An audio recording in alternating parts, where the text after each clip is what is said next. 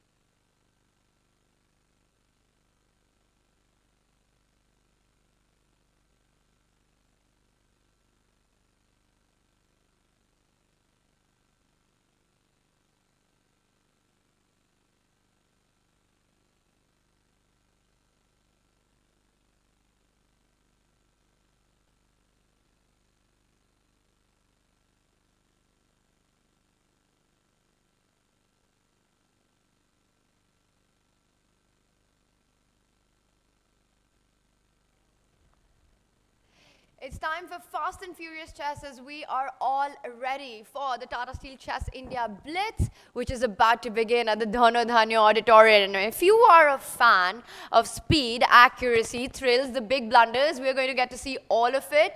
Sahaj, are you pumped for this one? You know, Blitz is my favorite format, Tanya. So I am absolutely excited to see how how today is going to unfold.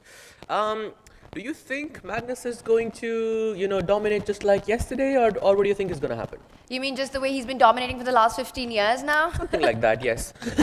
Well, it was really fascinating, Sahaj, because yesterday when we had him for our interview, he mentioned that having this great start at the Rapid is not something he's used to. He usually tends to cover up in the Blitz when the tournament is combined. But here we've got two separate tournaments, and what a performance he had during the Rapid. He started with 2 draws and then he was unstoppable. Blitz is his forte. I don't think the other players can be too happy with the form that he's shown. You are absolutely right, and also let's not forget that he's getting double white. Not that it matters because it is Magnus Carlsen at the end of the day, but he is getting double whites in the first 2 rounds, so that definitely pumps things in his favor. Do you think it's going to be a race for second place? What is going on in the players' minds right now?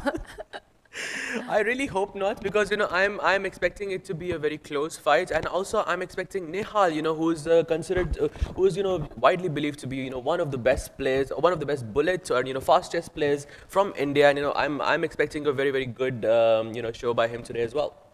The Bullet Beast is what we call him in India, and the action's ready to begin. And we will start first. Let's remind everyone of our big winners from the Tata Steel Chess India Rapid. A huge congratulations to Magnus Carlsen and Aleksandra Goryachkina for running away with it. A 2-point lead and victory at the end of the tournament. I've never seen anything so convincing. I have not seen that either, but of course it is Magnus Carlsen that we're talking about, and of course the performance by Aleksandra Goryachkina was fantastic. But both events, 2-point lead is something that I have not seen, I think, in a very long time. I can't even remember the last time I saw something like that, Tanya. Yeah, just let that sink in. Magnus Carlsen finished on 7.5 out of 9. The player who finished second, tied for second, Pragg and Wesley So at 5.5 out of 9. That is just, it just shows how dominant these two players have been so far, and hopefully we will, from a commentator's perspective and from a viewer's perspective, I would like for it to be a closer fight, but I watched the games. I mean, we watched all of these games, and it's just their styles and their the way they were playing was just so dominant. And they've got to continue that style and that speed because now it gets even faster. Sahaj, let's talk about the format as we go into day one of the Blitz. Okay, so there we have it. We have 18 rounds. It's a double round robin event, meaning that players will play with each other with white and with black pieces. The time control is 3 plus 2, 3 minutes and 2 second increments. If the players are tied for the Blitz Championship, there is only going to be one game of Blitz. Tanya, what is going to be the time control for that Blitz match? Also a 3-minute with a 2-second bonus time. And for those of you who might be new to chess, the increment happens every time a player makes a move and presses the clock. So the whole idea is that it doesn't become a time scramble at the end where pieces are flying off the board and we can still get high quality chess. I am a fan of the increment format. That said, it's always very exciting for the fans to see blood on the board with pieces all over. Yes, I mean, there can always be Armageddon, you know. Yes, that's what happens at the end, Saj. Yep. I mean, Armageddon is something that we all hope for because that's when you see pieces flying around everywhere and it's so much fun. But yeah, I mean, as a, from a player's perspective, it's good to have, the extra 2 seconds. Bonus time. Yep. Absolutely. So we've got 2 days of Blitz coming up for you. It's a double round robin, which means that the players orbit around each other twice. They will play each other twice with colors reversed on day 2. We've got 9 games of non-stop Blitz action coming up. Sahaj, are you a bigger fan of Rapid or Blitz?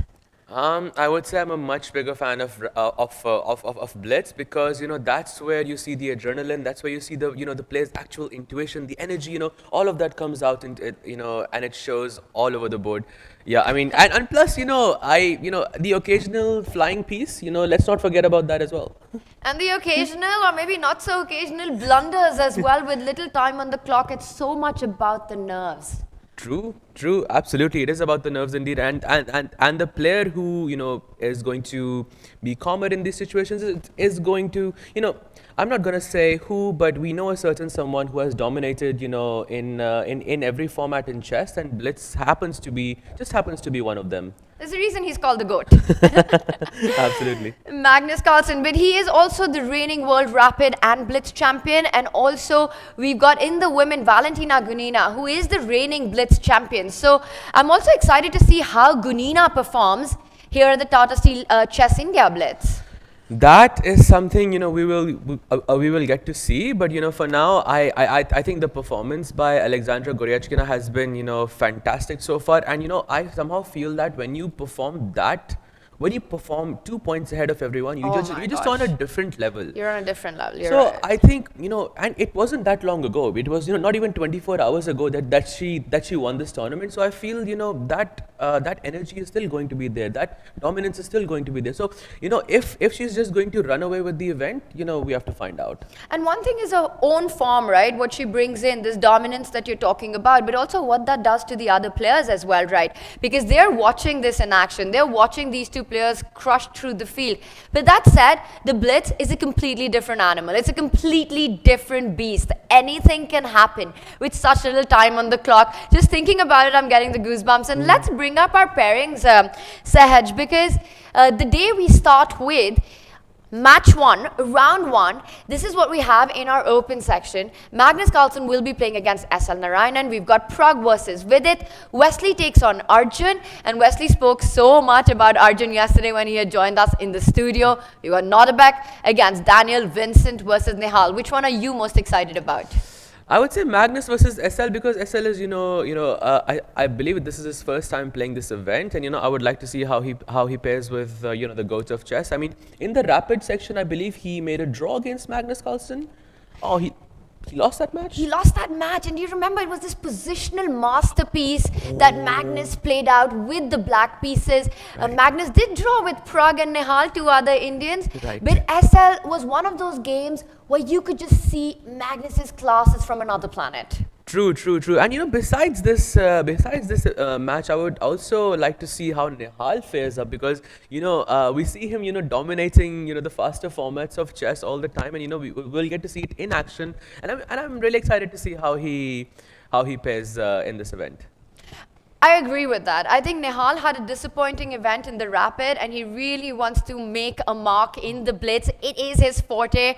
Lots of exciting chess to look forward to. 9 rounds of Blitz. It's day 1 here at the Dhono Dhanyo Auditorium. And these are the matches in our Tata Steel Chess India women. The excitement continues and my eyes are on that very first matchup ahead. Oh, Goryachkina, you know, who has just won the Rapid section, and Humpy G, who is the former women's world champion. That is definitely a match to watch out for indeed. But also, I would like to draw your attention to Vantika versus Vaishali, because I feel that's the all-Indian matchup. You know, your teammates, who won the Olympic gold medal. I mean, you know, having to play each other in the first round itself, I think is a big thing. And I believe whoever, you know, gets the better of each other will have a better tournament. You know, they'll have better form, and, you know, I think that reflects their performance in the overall event. I'm just glad I'm sitting next to you right now, because playing alongside them is definitely more stressful than commentating on their games. I think I'm going to enjoy this because I can just relax and enjoy the action while they'll be dueling it out with each other, Vantika and Vaishali, and also Valentina Gunina, the reigning women world blitz champion, against Harika. Harika is also a very strong stalwart when it comes to faster formats. Wow, that will be an exciting match indeed. You know, Harika versus Valentina. Also, let's not forget Katrina Lagno versus Divya Deshmukh. Divya just became 2500, and, you know, I think she has yet to show, you know, how she is going to whether she is, you know, at the same level in the classical format. But I feel personally that, you know, she's right up there with everyone else. I completely agree with you, and I also want to draw attention to Nana Zagnidze, who was having such a great run in the Rapid, but then she had this heartbreaking loss to Gunina and wasn't really able to recover after that. She's up against Chess Queen, and our first player is a queen herself. She's Harika Dronavali. She's ready to go. She's the first to arrive. Center stage right now. Sahed, what do you think is going on in her mind? Oh, I think she's ready for the battle. Yeah, I mean, when you play Blitz, Tanya, I'm sure you've played so many Blitz events in your life. I mean, so have I, but, you know, you've played way more than me. But I'm sure when you play Blitz, nothing goes in your mind. It's just, let's just get this party started, you know. And the one player who did get the party started in the Rapid, Aleksandra Goryachkina, she ran away, winning the field with a 2-point margin. Is the second player to arrive, and one by one, it's interesting how the women players are coming in first, and we might even have Magnus Carlsen pull off a Magnus where he arrives 2.5 minutes late for a Blitz game. Oh no, please no. If that happens, I mean that happens, I believe, once in the Rapid match as well against Wesley So. So, you know, it's not new for Magnus to do that, but wow, 2.5 minutes is that's going to be a statement indeed. It's a statement he's made before, so let's point that out to everyone at the World Blitz Championship. You know, the guy's got 3 minutes on the clock. He comes with 30 seconds left and goes on to crush his 2600 plus opponent. Right now, but Magnus is in the building. I did see him when I walked out. The players did arrive one by one. They all come together, so that's really nice as well. And, you know, Sahaj, it's so amazing to watch the fans here because they are just waiting. It's pretty hot outside, but they're sitting in the sun and waiting for a long time just to get a glimpse of the players arriving. That is very, very exciting indeed. You know, Kolkata, as you said, is the city of joy. You know, it's the city that gets the most love when it comes to chess. I mean, it's exciting indeed. It's always a beautiful thing to watch, and a few moments from liftoff of our first matchup. So we'll try and keep everyone on pace with as many games as we can, but it's always a challenge, you know, in Blitz to be able to cover all the games and give all of them the love that they deserve, but we'll do our best. And is Wesley the first player in the men's section to arrive? He was so much fun to have in the studio yesterday. Yes, he had this energy about him. You know, it was very, very fun indeed. And, you know, it's the first time that I've spoken with Wesley, and, you know, he's such a nice, calm person. It's a lot like, you know, they say chess imitates life. And Wesley, so you say he's calm, and we see him play solid, easy positions. So maybe there's some truth to that. And there in the crowd, I did see the tournament director, Jeroen Vandenberg. He's also the tournament director of Tata Steel Vaikansee. He's right there up front. Oh, there he is. He's one of the spectators. Of course, he's enjoying the matches himself. You know, that's what happens when you have Blitz with the best players in the world. So it's going to be a fun match indeed. And we see the audience, they're trickling in as well. And Vidit Gujarati there has arrived. Now, Vidit had a disappointing start here at the Rapid. So I think he definitely wants to switch things around. But the good news for Vidit is that Sahaj, he ended the final round on a high note. He got that win in. And that's so important for the momentum. And there we see Vidit go into his meditation mode. You know, do you think, Tanya, that meditation helps when you have to play fast chess? What do you think about that? 100%, because Blitz is so much about your nerves and keeping calm in high pressure situation and bringing out your best when the clock is ticking low. That is the biggest challenge. And the best thing about these world's elite is that their quality of chess still remains so high with little time on the clock. That's what separates them from the rest of the players. But did you catch that video of Vidit meditating before the game, and he was playing against Daniel Dubov, Yes. and Dubov was a complete troll on him? Yes, both of them were meditating at the same time. I've and, you never know, seen Dubov meditate before that, Saj. Neither have I. It was very funny, yes. Oh, there we have it, Pragg versus Vidit. By the way, Pragg and the team went to play, they went to play badminton last night for, it was about 5 or 6 players, just to get some exercise before, the big matchups tonight. I think that's that definitely does help when it comes to fast chess. It's a great idea. In fact, I was invited to that badminton session, but I was so exhausted after our commentary that I just wanted to eat food and pass out. But look at the kind of energy the players have, and it's so important to kind of get your mind off the chess you've played so that you can zone into this next tournament. And there he is, the world #1 has arrived in the arena. There's an aura about Magnus Carlsen when he enters. That is indeed true, because yesterday we were sitting next to him, and that's my first time sitting next to Magnus Carlsen, and I could feel the aura. I could feel that energy, about him. It's just something else. And we're about to have the ceremonial moves very soon, as we see our honorable guests are on the Magnus Carlsen versus SL Narayanan board. Magnus there adjusting his pieces. Tanya. He will start with white, yes, Saj. Tanya, which move would you say is the ceremonial move? I think there's so much pressure when you're making one on Magnus's board, so it has to be a center pawn move, and I think it is. Is it E4? Was that the move? He puts it back, so I think we're not going to see the king's pawn opening. You don't think so? We've seen Magnus do this so many times where he trolls his opponent, when there's a ceremonial move, he just leaves that on the board and presses the clock. Says, I'm not taking that back, someone's just helped me made my first move. Okay, so king's pawn opening not happening on Magnus's board. So what do you think is going to happen? Not b3 for sure. Knowing it's Magnus, he's done it many times. I wouldn't be surprised at this point. Magnus and I have played once, and he played knight a3 against me. Ooh. And he won very Handshakes. convincingly, just for the audience. And we're off. He does start with the king's pawn opening. It is the Sicilian defense. And look at that. SL Narayanan has played Magnus's opening against him. Wow, he goes for e6. Now he's going to go for the Taimanov or the Khan. Of course, the games are going to go really, really fast. SL seems to be in preparation. And Magnus is pondering over here whether he should push the queen's pawn or whether he should play, g3. Whoa. What is What that? happened? That's not a mouse slip, because this is OTB. Magnus has just put the bishop in front of the pawn that goes forward. That's got to be a surprise for SL. For sure. And the bar said that it was a question mark, but I do not believe it is that is the case here. I believe this is proper theory even to this point. The point is that you want to go, there we have it, the bird's eye view. So we were discussing the top left corner of the board. I still think he's going to push the queen's pawn, just he's going to do it a few moves later, Tanya. So on the top left, the Magnus board, bishop developing to a strange square. Definitely some opening surprise there by Magnus and shorter time controls. I mean, what is this position already that's happening? Did SL just push g5? G5, not just that, he didn't stop there. He pushed G4 and he says, I pushed the G pawn, I might as well push the H pawn as well.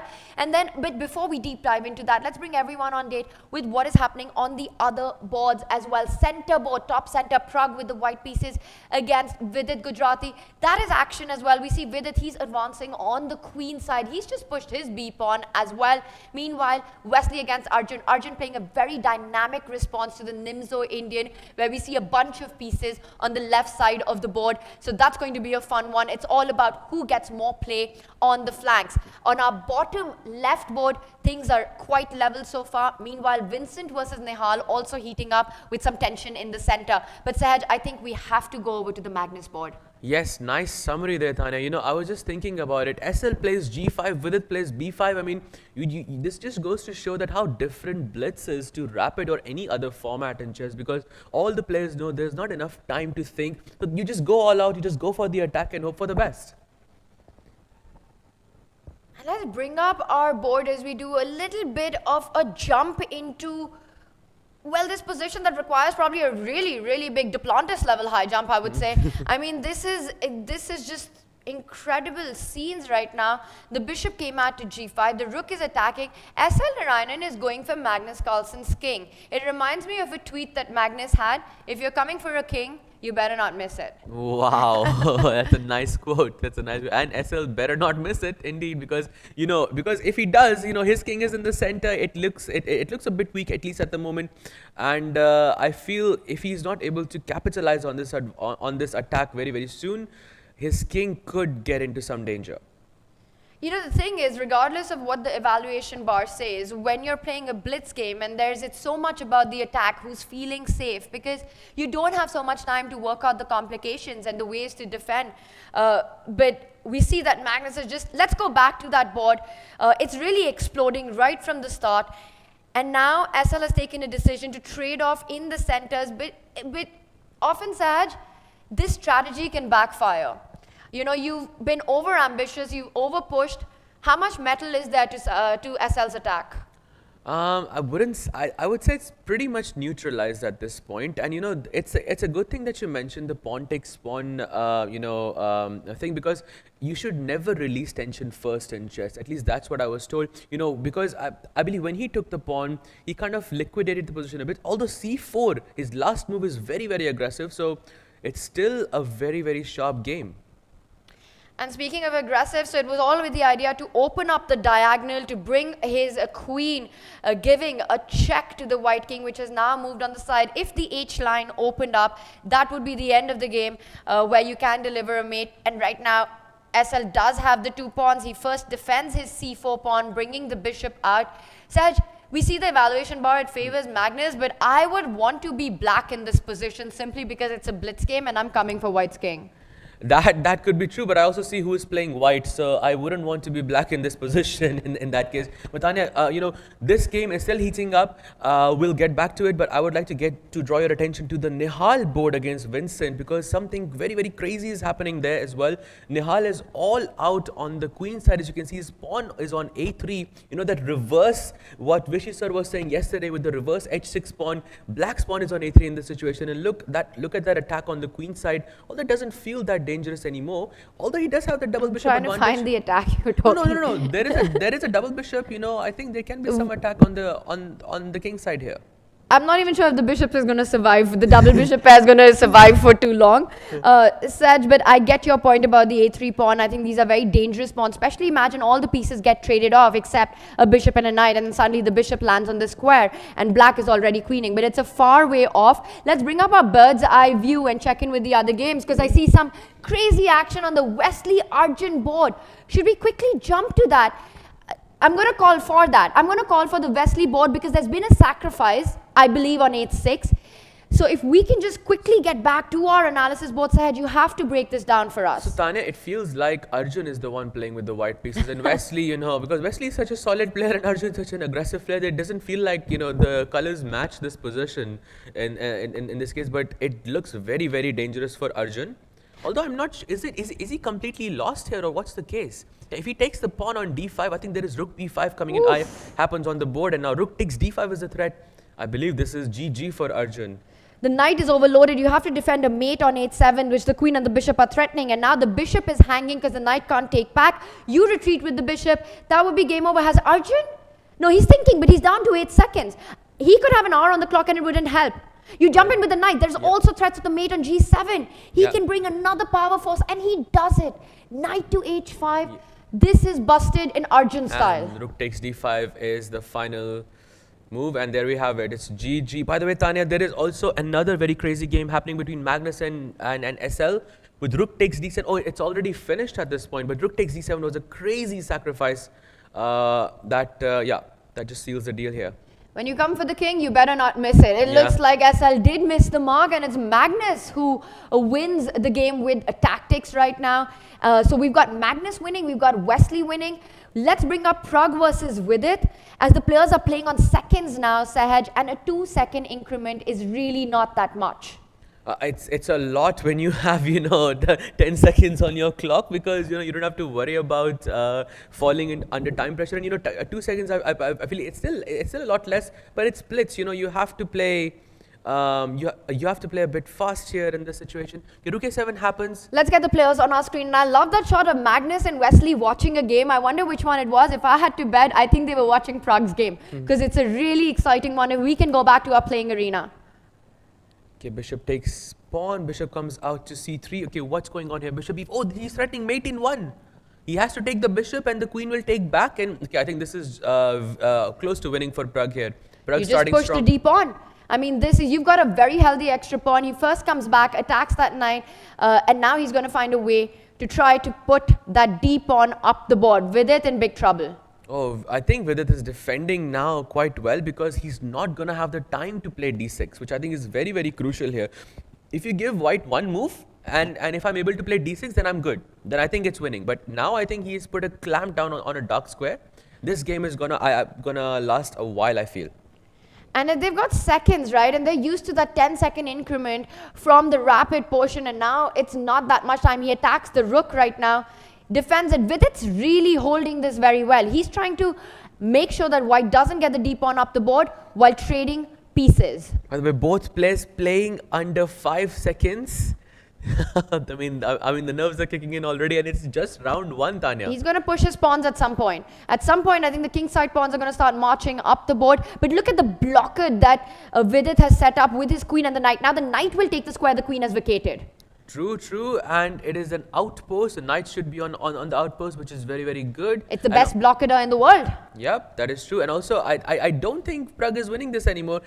If Pragg overpresses here, it could be Vidit who ends up getting the better of it. But of course, it's too soon to say that. It's Blitz. Anything is possible. Down a pawn, if Pragg was to lose this, I would be absolutely shocked. But yes, we've seen bigger shockers happen.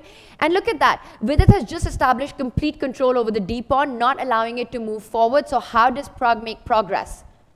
I don't think there is a way. I'm trying to look for a way myself, and I don't think Pragg finds a way either, because he's just moving the queen around, he's moving the bishop around, trying to gain some time. This looks like, Saj, it's going to end in a draw. I want to move to the Nodirbek board. Both players playing on seconds. Vidit has everything under control. Let's bring up the Nodirbek. Wait, what's going on here? White has an extra rook, but black has a few pawns on the king side. This should be a theoretically winning position, because I see the bar, I have no other reason. But generally speaking, this should be winning for him, because he's got the rook, and the h pawn is not far enough in this scenario. So let's see if he can actually convert this into a win. By the way, only 2 games left. Nodirbek versus He blundered. And that's the thing. You have to be so precise with your moves, stopping those pawns. Otherwise, it just ends in a draw, and he realizes it. Did you see that reaction? Dubov knows now that this is a draw. Nodirbek knows as well. And he has messed this up. But it was so difficult to find the right move with seconds on the clock. This is a theoretical draw, actually. I'm not sure where he missed the win. Maybe we can check that a bit later. But, that's crazy. Okay, we have the final game here between Pragg and Vidit. Still going on. Pragg still trying to convert that. But I don't think it's he has made much progress here, Tanya. Let's go over to the Pragg, and let's have our board as well, if we can, on the top right there. Let's go full screen on the players with our board, so that we can also get in with the action in the arena. And Pragg, he's just jumping around. He's bouncing around with the pieces. But as long as the black queen and the knight stop the d pawn from advancing, no progress is to be made. Absolutely. And that bishop on f3, the Pragg's bishop on f3 is basically a useless piece here, because it doesn't contribute. Yes, it's defending the pawns on g4 and d5, but besides that, I don't think that bishop serves any purpose when it comes to attacking in this case. And this is why Pragg doesn't have a way to improve. I think Pragg's going to still play this on forever. He's going to keep jumping around with the queen. Vidit, he's repeating. He's bringing the queen to the most active square. Pragg, he's trying to make him sweat, but nothing's to be done. And let's remind everyone, 50 moves without a pawn move. Oh. And that would be a draw, but you'd have to claim it in this case. But how would you know that 50 moves have passed? There is no way to know that. When you're playing online, I believe the game stops automatically after a certain number of moves. Also, I believe this is the rule that if it's move 75, then the arbiter can actually stop the game for you. So but I don't think the game is going to last that long. I think Pragg will, agree to a draw much earlier than that. But let's see. We're on move 96. We're definitely hitting a century here. And this is move 96 already. Wow. It's a marathon. I mean, the very first round of the Fast and Furious format, and we get a marathon 100 mover. Wow. Okay, this is the final match of this day. In the women's section also, the games are going really fast, so we weren't able to cover that. But the women's section has also been finished, but we'll get back to that soon. By the way, Aleksandra Goryachkina did win against Humpy G, which I feel is she's again back in form. Oh my God, Vidit's winning now. He blundered. Pragg blundered a piece. He walked into a fork. Oh. Unbelievable. Tanya, this is what I was telling you, that he is going to overpress and he's going to miss something, and this is very common with these positions. That was prophetic. I could never have believed this would happen. Can you believe this? Pragg blundered a fork in one. He's now completely lost. With it looking calm, he was defending for the entire game, and now he's about to win. Oh, he plays G6. You can see the frustration, with that move, because he's not really, you can see him shaking his head, smiling. Of course, he's not happy with this result. Oh, wow. That's a smile on his face, but there's got to be pain inside on that. Of course. For sure there is pain. I feel the pain myself. The audience is having a good time watching the drama unfold. We saw the applause for the efforts by the players there, but for Pragg, he was close. He had that extra pawn. He had the advantage. When that went away, he tried to overpush the position, and with it, got one shot, one blunder by Pragg, and that was it. It was game over. This is the most painful thing about chess, the most heartbreaking moment for a chess player, that you play this incredible game, you're pushing all throughout, you're doing everything right, but the mistake you make is of that magnitude that there's no comeback from it. That is true. I think one of the hardest thing to overcome for a chess player, to look back and say, what could I have done differently? And exactly the moment, that this is what I could have done differently, but you can't do anything about it now. So yeah, should we do a quick brief of the women's section as well, Tanya? Yes, we're going to do that. We're going to look into the action that we missed in the women's section. And Sahaj, I'm going to ask you to take us through that. Which game do you want to look at? We've got about 3 minutes before round 2 starts. I think we have to do Goryachkina versus Humpy, because she's the one who was leading. Who won the rapid section with 2 points lead, and now she has won the Blitz as well. I mean, she's in form. Let's do it. Let's take us through the action quickly, Saj. So we've got e45, knight comes out, bishop. Oh, that's Spanish. Okay, it's still mainstream theory. Let's go a bit faster here, because I think it's still mainstream theory. Where was the key moment here? Okay, takes, queen pawn comes to d5. You take it. I think we're still in mainstream theory here, Tanya. Not very mainstream, though, Tanya, I would say. I think I've seen one of your own games in this opening, if I'm not mistaken. Probably a very long time ago, but opposite side castling, which means it's going to be a race to each other's king. We see a trade now. If White would have recaptured in the last move, Black would have won the pawn. So first, she pins, Alexandra pins to win the piece back, and it just feels that Alexandra's pieces are better placed, the rook's in the center, more activity for White's pieces. True, queen comes out to f4, queen e3. Okay, already in this end game, I feel it's looking very comfortable for Goryachkina. That d pawn, if I can push it all the way to d6. Oh, she takes f takes e3. That's a very interesting decision. That's a very interesting decision indeed, because she's opening up the f line, and maybe she can target the f pawn later in the game somewhere. Also easier to push the central pawns forward, creating that deep passer you were talking about. The knight jumps in with an attack on the black pieces. Already you can feel the pressure on Humpy right now. Yes, the position's balanced, but you do lose the g2 pawn. The compensation for that is an open g line, and the central pawns have started moving ahead. even in this format, I think having less material and more initiative is much better. This is exactly what Goryachkina's position is like. She has one less pawn, but look at all of her pieces. When your pieces are active, you are able to play moves much easier. And this is a beautiful move by her because she's inviting Humpy to take that knight, which cannot be allowed to live on for too long. It's too far into enemy camp. But that would mean that white gets this incredible passer. And notice how this bishop controls a key e8 square, 2 steps away from queening. This rook coming in, the rook on attacking and eyeing the c7 pawn. This is such a difficult endgame to hold from a human perspective. Absolutely, and of course Humpy is showing that rook a7 and knight e5. These moves, these are not the type of moves that she would make in a classical game. Do you go e7 here? Is Yes, that the point? I No, think- she simply took it. But I think no E7 need for tactics. But Tanya, e7 is working, right? It probably was also possible, but she keeps it simple. She keeps it strong because you don't have to give material. You're going to win it anyway. Right, true. And she plays e7 eventually, and now she's just a piece up, and it is And GG. eventually went on to win the game. I also quickly want to take a look at Divya's game against Dhono. She lost that game, Saj, but look at this final position. If we've got a few minutes before liftoff, maybe just a really quick lineup of this, a French. She plays the French defense, my favorite. Bishop d2, what's going on here, Tanya? Was that a mouse slip? I'm sorry, was that a mouse slip? Was that that was an OTB mouse slip? It was right here where instead of, well, it was earlier, so she probably did not want to place it because maybe there were tricks with the d pawn moving forward. Then she brings it ahead. Okay, she's got, I mean, you get this exact same position in this French, but it's Ooh. white to play.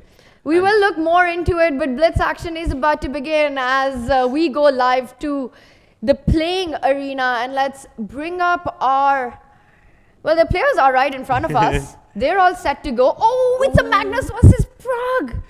What a match. This will be very, very exciting. This is the match for me in this round. It's the round, I think, the match in any round, in any tournament. This is a big one for Pragg. Let's remind everyone that in the Rapid, Magnus had a spectacular tournament. The one player, he was close to losing against was Pragg in the first round. Pragg had a big advantage against Magnus. But Yep. Pragg, he's coming out of this difficult loss against Vidit. How hard is it for a player to leave that behind with such little time in the, for the next game? I mean, we also saw that in the rapid section as well with Nodirbek, because it's hard to kind of get your mind, into that zone so soon. So, and that too against Magnus Carlsen, So it's going to be tough indeed. And once again, we see our auditorium. It's packed with people. If you're in Kolkata, we've still got 8 big rounds coming up. Get yourself here. You don't want to miss the action live, watching the best in the world here at the Dhono Dhanyo Auditorium. And Sahaj, we've had liftoff on all our boards. Let's bring up, this will be our marquee matchup, but let's bring up our bird's eye view and you can take us through all the openings. So the first thing that strikes to me here is look at the top right corner, Tanya. Look at what opening that is. It's the London system. We've got the London system and we've got a Quick 20... plug-in, Saj. Quick plug-in. What's coming out? We've got the 2800 player, the most recent entry, the 2800 player, going for the London system, approved by Vishy sir as well. So I'm very, very excited for that and, hoping the best for Arjun there. And let's see the other matches. Whoa, look at that bottom right board. Magnus, he's got G4, H4 in. Of course, that's where all the excitement is. And I see another G4 on the board. Daniel versus Vincent. He's just pushed the G pawn. He wants that to go up ahead. That's a top center board. Once that pawn arrives on G5, we're looking at an attack by white. Sahaj, it's Vidit versus Wesley. Both players who won their first round game. Also blitzing out the moves. But that looks like standard theory to me so far. One of the knights will recapture on D5. That's Vidit versus Wesley, but I think we have to jump over to the Magnus game. Yep, let's do that. Let's go to the Magnus game. Also, I really want to check out the Daniel Dubov game as well because that G4 move was absolutely insane to me. What's going on with Magnus's board? It's just fire everywhere. I feel today because it's the fastest format and people just go all out here and this is why I love Blitz. It's fiery, it's feisty, and let's go to the Daniel Dubov board. I'm going to do a quick jump onto that. You caught my attention by talking about the G-pawn, and let's bring up our analysis board so we can get a clearer look at what is on Daniel's mind right now. as we see that queen trades have been offered. That's the top center board. If we can switch to our analysis board. So he's offering a queen trade when we have this attack on the king side. That makes sense to me, but of course Dubov should not be accepting this, right? He should go queen h4, queen g4, somewhere. He should just move the queen somewhere. Just keep the queens on the board and the attack will come on its own. Oh, there is queen g6 as well. Okay, he goes for queen g4. I see.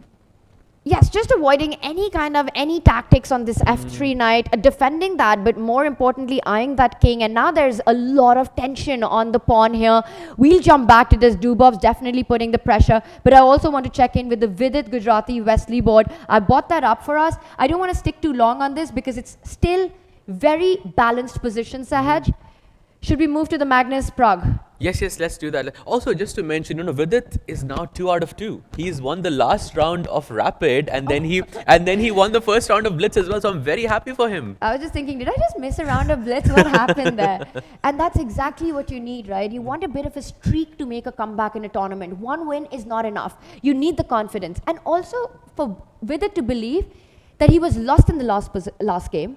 He fought back. He kept the resilience. And then he was completely in control, and he's the one who won it in the end. Not all wins are equal, and that one's a special one. It's a special one indeed. Okay, we have Magnus versus Pragg here. And I see the arrow says we have to go castle in this position, but I would never castle here because you see the pawn on g5, you see the pawn on h4, and you see all of this attack with f4, f5 coming in. Yeah, that seems way more natural to me to go on the long side, but somehow that was not the best move in this position. I somehow like Magnus's chances here a lot more here, Tanya. This is why I absolutely hate the computer sometimes, because it says moves like short castle. Yes, walk into an attack. Why not? Nobody's ever going to do that. This is so much more of a human approach. Like you said, the h pawn, the g pawn, the f pawn is about to move ahead as well. Right now, bishop h3 has been played. I'm expecting the f pawn to move forward. Sahaj, what catches your attention? I think the game between Dubov and Vincent is heating up even more. It has quieted down just a little bit, but I think all the pieces in Vincent's position are on the original square, and it does not look pretty, and I feel like he's going to be in a very, very good... Also, d5 has happened on the board. Tanya, let's move on to Dubov's game to see what's going on there. d5. Wow. So you're pointing out that Vincent Kayama is getting all set up for the next game. Yeah, basically. That's one way to say it. Okay, so d5 happens on the board, and I think this looks really, really good for Dubov, Tanya, I feel. I really like this last move, and just ignore that cross because Dubov is asking some big question. This pawn is a key defender to the b5 pawn. If you were to trade, white picks it up, hits the rook, you end up losing material, and it forces Vincent to think when he's already down to 40 seconds. Saj, Dubov looks like he's in driver's seat right now. What is he going to do? Does he take the bishop? Does he take the pawn? They both seem super bad to me in this position. So I'm not sure if I don't want to be Vincent here in this situation. Vincent in big trouble, and it looks like Pragg is in big trouble in his game as well, as we head back to that to our Magnus versus Pragg matchup right now. Yes, Pragg did get his king to safety on the left side of the board, but look at Magnus's pawns on the other flank. They are all marching up. There's a weakness on g4 as well.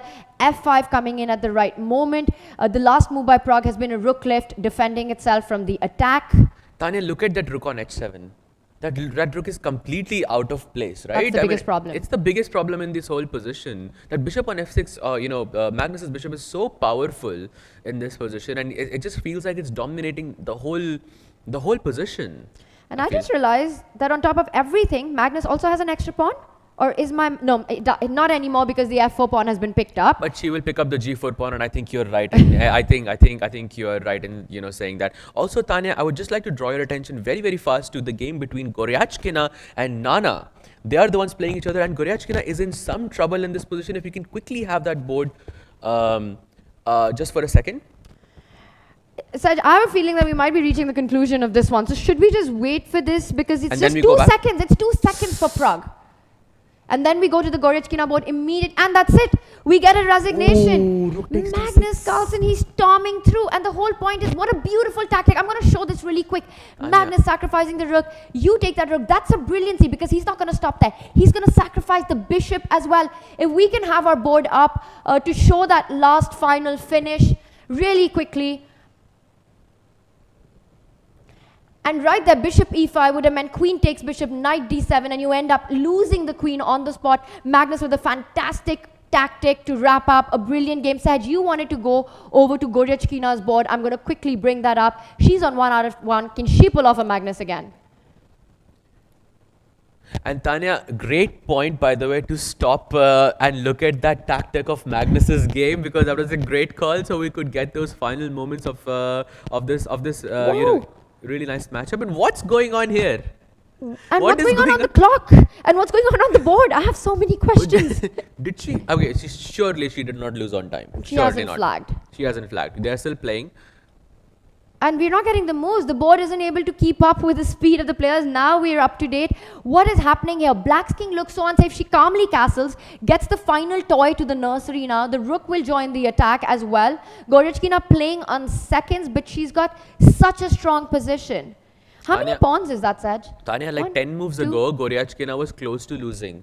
And now she's completely winning. It just goes to show that she's such a fighter. You know, even when it comes to any format, and when she wins this, she's going to be 2 out of 2. She's going to be leading this tournament once again.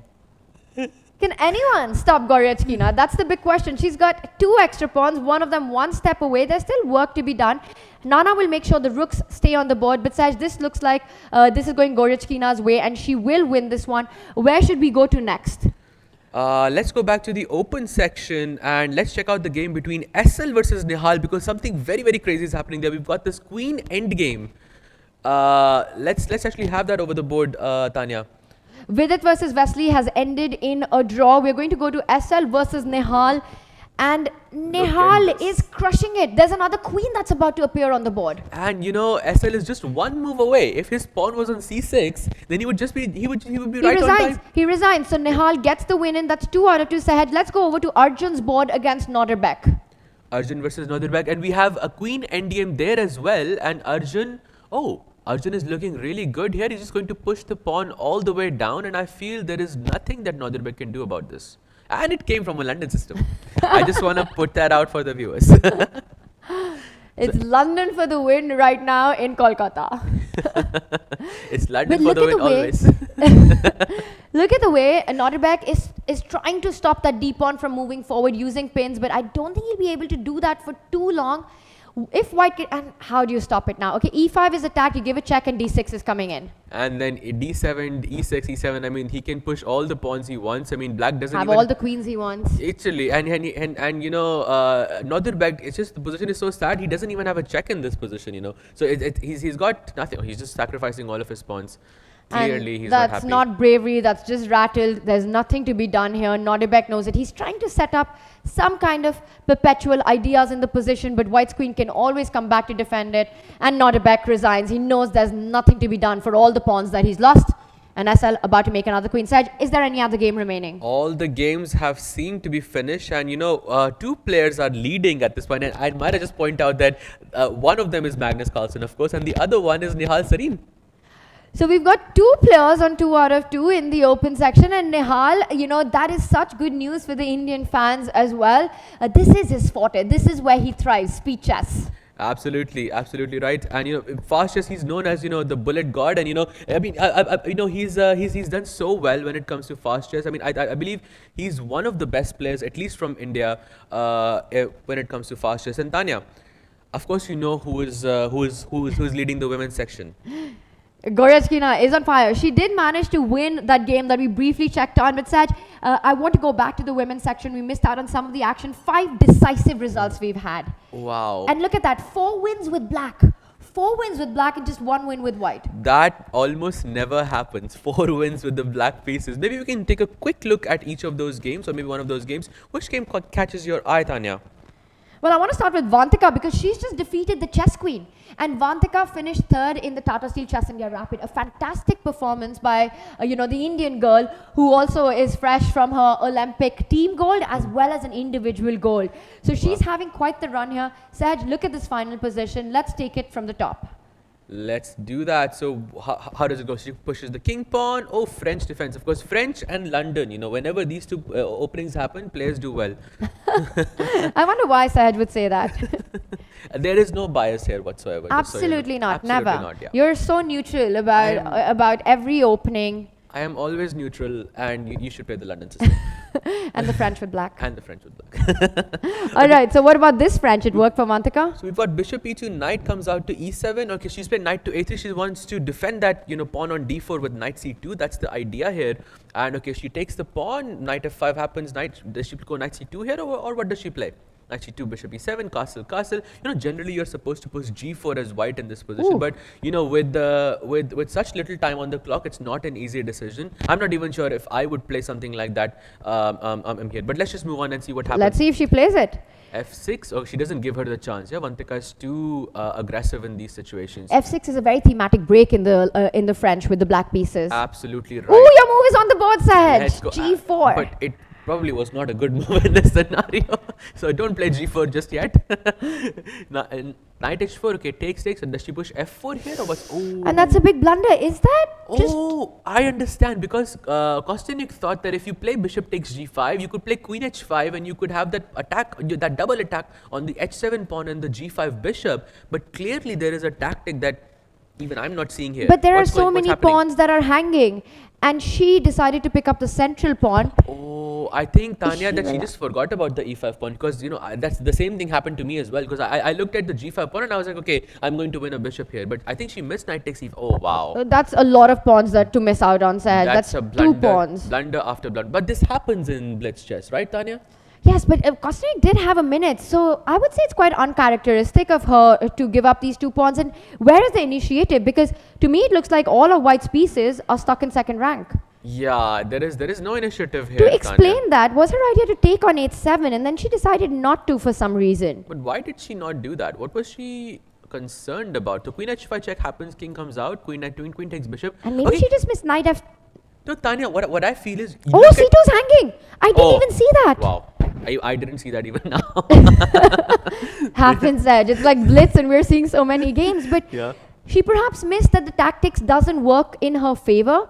And Yeah, going yeah. back to the game, she just ended up losing a lot of material. This was... I'm sorry, I'll just go back to this moment when the pawns were picked up. We had some trades, and Vantika went on to just flawlessly advance the central pawns, exchange the key pieces. I mean, this is just thematic stuff, even with little time on the clock. I feel you've got two pawns, connected pawns Yeah. in the center. Yeah. Like, what else can you want? Is the dream. Yeah. I mean, think that's this such is a chess player thing to say, you've got two pawns in the center. What else do you need in life? Literally nothing else. I'm just gonna answer that question. And Vantika converted this flawlessly, 2 extra pawns. A good stuff by her, great start by her. Sahaj, what do you want to show us Tanya, I next? think we have time to show one more game. Absolutely. Maybe we can do the game between... Divya and Harika. Should Let's we do that? Divya versus Harika. Divya versus Harika. Harika gets the win in what? Okay, guys, can we just take 5 seconds to look at this position? Okay, the chess queen, and I'm seeing too many queens on the chessboard here. I'm seeing too many queens, too many rooks. Okay, how did this No, happen? I know you're Saj? saying that it's an equal amount of rook, but I wouldn't be surprised if she actually promoted another rook. I mean, there's an extra rook, an extra queen. What happened? What went wrong for Divya in this one? Let's start from the beginning. Something happened, yeah. Oh, the French happened. That's of what. course, That's what of happened. course, Saj. the French happened. Everyone, just play the French defense, and the chess will treat you well. The chess gods will smile at you. And we see you're the French expert, so take us through. So this is the McCutcheon variation. It's a very fancy name, I know. I just wanted to say that. I just wanted to say it because I just wanted to show that I know it. But that's it. The knight comes out to e4. Bishop c1. Why? What is it with people, wasting moves, left and right? Because in the first game we saw bishop d2 and bishop e3. Now we're seeing bishop d2 and bishop c1. And what is it with White giving up pawns against the French? Yeah. That just keeps happening left and right. Okay, bishop e2. Okay, she's got some compensation. Yeah, you've got this, control over the dark squares. Does it lead to anything? Okay, it looks like the position is okay for her, but the problem, Tanya, the problem with this position, these positions is that black can always castle on the queen side, and then all of your initiative is just poof gone. And black just castles on the queen side, just on cue as you say it. Yep. And now you're just down a pawn, and in fact, it might be White's king that's safe. I'm still thinking about that final position we saw. I think it's Harika who just strikes so first. just to set this right, that Such a rook Harika on move. Tanya, that rook on g8 ended up on h1. You remember? Yes. You remember the final position. How did that happen? Not to mention there was another additional queen for black. And look at this Okay. Harika move. Maybe we should ask the chat that which pawn do you think queened in this position? I think that's Chat, a very... tell us, which Chat, do pawn? tell us in the chat like which pawn do you think ended up queening, and we're just going to go through the game very, very shortly. Very quickly. Yeah. Harika doing Harika things, just improving her pieces, brings that knight to the center of the board. And now we see the H file has opened up. She's going to try to double up, and Divya trying to complicate matters, you know, taking some practical decisions. She did end up losing that. We saw that fantastic position. We've got a fantastic player in front of us. The players are ready to go. It's Magnus versus Wesley. What a round this will be. Now, Wesley, he drew his last game against Vidit. He won his first game against Arjun, so he's feeling good as well. But Syed, sometimes I feel that Wesley has too much respect for Magnus. That is true, and you could see that even yesterday as well. Yeah, I mean Wesley's such a nice and humble guy, and yes, he does have a lot of respect for Magnus, as he should. Tanya, he's the goat of chess after all. And by the way, for the chat, if you are wondering which pawn it was the A pawn that ended up queening on A. The A pawn ended up queening. I wasn't expecting that. I wasn't. I had to look myself just to double check it, and it was indeed the A pawn. And you know, if you want to check out the game, you know, you have the links for you. But yeah, I think the next games are starting up in just a minute, so stay tuned for that. So Tanya, I think the next games are just starting. I'm just going to set it up over here. And the players are ready to go. Magnus versus Wesley has got to be our marquee matchup. But of course, every game will have its own excitement, including Duba versus Nehal. It is a houseful, and I'm getting info. It's not just a houseful, it's overfill. The audience, they don't have chairs to sit. Look at that. Some of them are sitting on the stairs just to get a glimpse of this action. And it's happening today. It's happening tomorrow. Get yourself here. Get yourself here right now. Get us to the tournament hall. Nobody wants to watch us on the screen.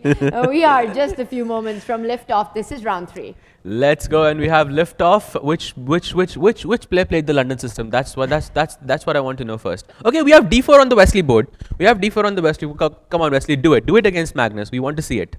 He goes for C4. Just look at the look at the symphony on the playing arena. The movements, you're constantly seeing hands because this is Blitz. No time to think. The players are really playing fast. It's so important to play on the clock as much as on the board.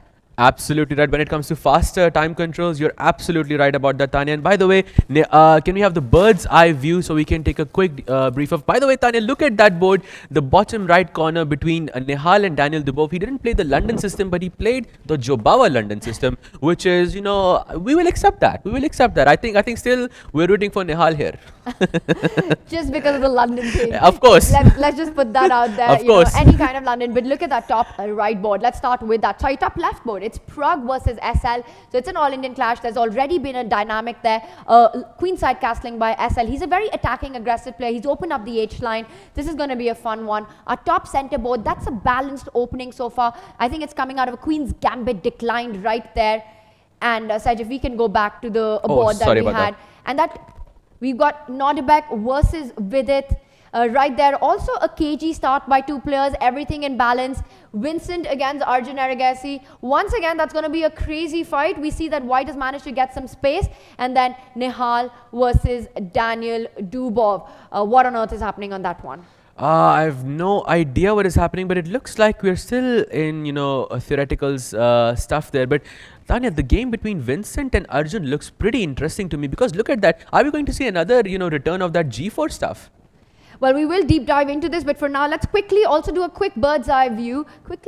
Bird's eye view on the women's board. Take us through the action, the opening action in this one. Okay, so on the top left corner, we have Nana versus Humpy, and there we have some Catalan structure. Looks, sorry, that's the Stonewall. Humpy's out there, you know. When you play the Stonewall, you're playing for a win. At least that's what I feel like. In the middle, in the top middle section, we've already got G4, G5 on the board. Vantika out for blood. Looks like she's going to have a very, very dynamic game, very Vantika-like. Katrina Lagno versus Kosteniuk. Is that a French? I think that's a French. And okay, I'm going to say that she looks a little bit better to me, Kosteniuk, with the black pieces. And the bottom left corner, I think it's still mainstream theory also, but a bit too soon to say. And the bottom right corner, I'm not sure what's going on there. What do you think about that board, Tanya? Well, Divya just had a devastating loss in the last round. And I'm not talking about the score, but I'm just still thinking about that last position. So she really needs this to go her way to find her momentum. She's playing against Valentina Gunina, and it's a really interesting position because we see that black has an A pawn that's on A4, currently under attack, but has a beautiful knight. Divya has posted a beautiful knight on C5, which cannot be kicked out, and does a great job of keeping things together. She's going to line up the rook on that B line, putting pressure on the B2 weakness. It just feels that Divya is the one. To me, it feels that Divya will get to Valentina's weakness of B2 first before Walia can strike on A4. Absolutely right. I mean, what a nice summary there, Tanya. And I would just like to add one more thing over here. It's that I think Valentina's bishop is slightly worse than Divya's bishop in this situation. I think that gives her an extra thing. Would you like to move back to the open section? Let's do it. Let's switch back and see what are the developments that have happened here. So much catches my attention. There's fire on the board. On the top left, we see Pragg. He's going for it. He's just he strikes in the center with a D pawn moving forward. Said, should we jump to that game right now? The Pragg versus SL? Yes. Let's do it. That looks, D4, E4, bishop F4 looks really, really interesting to me. Look at those, both of those bishops looking at on the queen side where the black king is. It looks like it could be a bit dangerous for SL. But right now he's a pawn down, but he's a pawn down at this point. And the knight D5, wow. That C7 pawn was also under attack. He offers the trade of the bishops, which I think he will go for the trade, but he will not be the one initiating the trade. Maybe he will play something else. What do you think about this position, Tanya? But that D pawn that he just lost was a voluntary sacrifice. He went for it with the idea to get this initiative, to get this counterplay. And I really like this move. When you're under pressure, you try to trade pieces off. So for Pragg, he needs to keep that initiative up. We'll see how this develops, but it's going to be a spicy one. Let's see Wesley versus Magnus Sahej. It started cagey, but it's anything but peaceful right now. This is not peaceful, and this is Wesley again with the white pieces, and he's known to be a solid player, but he's not playing solid in this position at all. G4 is incoming in the next two moves. I'm making a prediction right now. In the next move. G4 is coming in the next move. Prediction time. That's slightly bolder than saying the next few moves. I'll give you that. I would not be surprised if I see G4 on the board. And it looks like we've got a different kind of Wesley who's shown up today. Let's get the players on our screen as well. We've got Pragg and SL right now. That's not Magnus and Wesley, but we will have Magnus and Wesley as well. I think Magnus has got to be feeling the pressure. He can't be happy with the way this opening's gone for him. I think you're 100% right about that. And come on, Wesley, push that G pawn. Come on, let's go G4, G5. We want to see some action here. G for go. Trying to make that work. He doesn't. Long castle. I should have said two moves because I know G4 is coming in the next move. Unless Magnus plays C5. If he plays C5, then he does play C5. I think G4 still has to be played at some point. I think when you play a move like C5, you get a bit distracted from the king's side, and your attention is now on the D5 pawn, the open center, and maybe you will still push G4, but not immediately. And he first moves away from any ideas along the C line. Magnus is playing on one flank. Wesley right now strikes in the center because the target is the king, but for now also the D5 pawn is suddenly tender. And we've got big news coming from the Arjun board, Sahaj. Yes, Vincent, we have bishop takes h6 in this position. Wow, it's just the h6 pawn is just getting... For Arjun, he lost the same way to Wesley. Yes. Very similar sacrifice in round one. Wesley beat Arjun, and now Arjun's got these ghosts from the past. Tanya, knight takes e6. Is knight takes e6 a move in this position? Knight takes e6, you take the back, I give a check on g6, I take the h6 pawn, I give the g6 check again, rook comes out to d3 and it's mate. Is that what's happening here? That is stunning. Or does he go rook d3 immediate? I think knight takes e6 was working. It's very possible it was working, Sahaj. And I know you want to check it out, so I'll really quickly show it.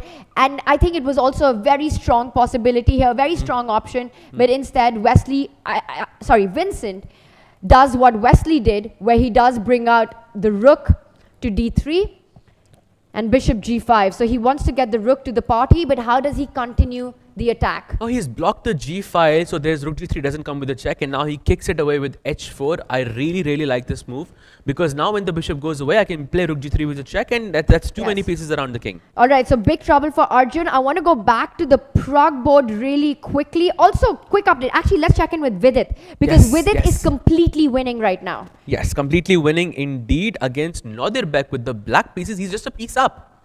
Tanya, he's just a piece up. Wow, that took me a while to calculate. It's 3 minor pieces for Vidit and just 2 for Nodirbek. This is over. This game is just. I wonder if how is Nodirbek doing so far? So Nodirbek is on half out of 2. It's He not been great. He's going to be on half out of 3. Half out of 3 indeed, because I mean surely, because in the last round also he kept on giving all of those pawns to Arjun, and now also the same thing. I feel like he's not having a good day. Vidit winning this one completely. I'm going to switch over to the Wesley Magnus board because Wesley has a big advantage. He's up an entire exchange. If we can quickly go over to Wesley versus Magnus, look at that. Wesley's pushing for the win.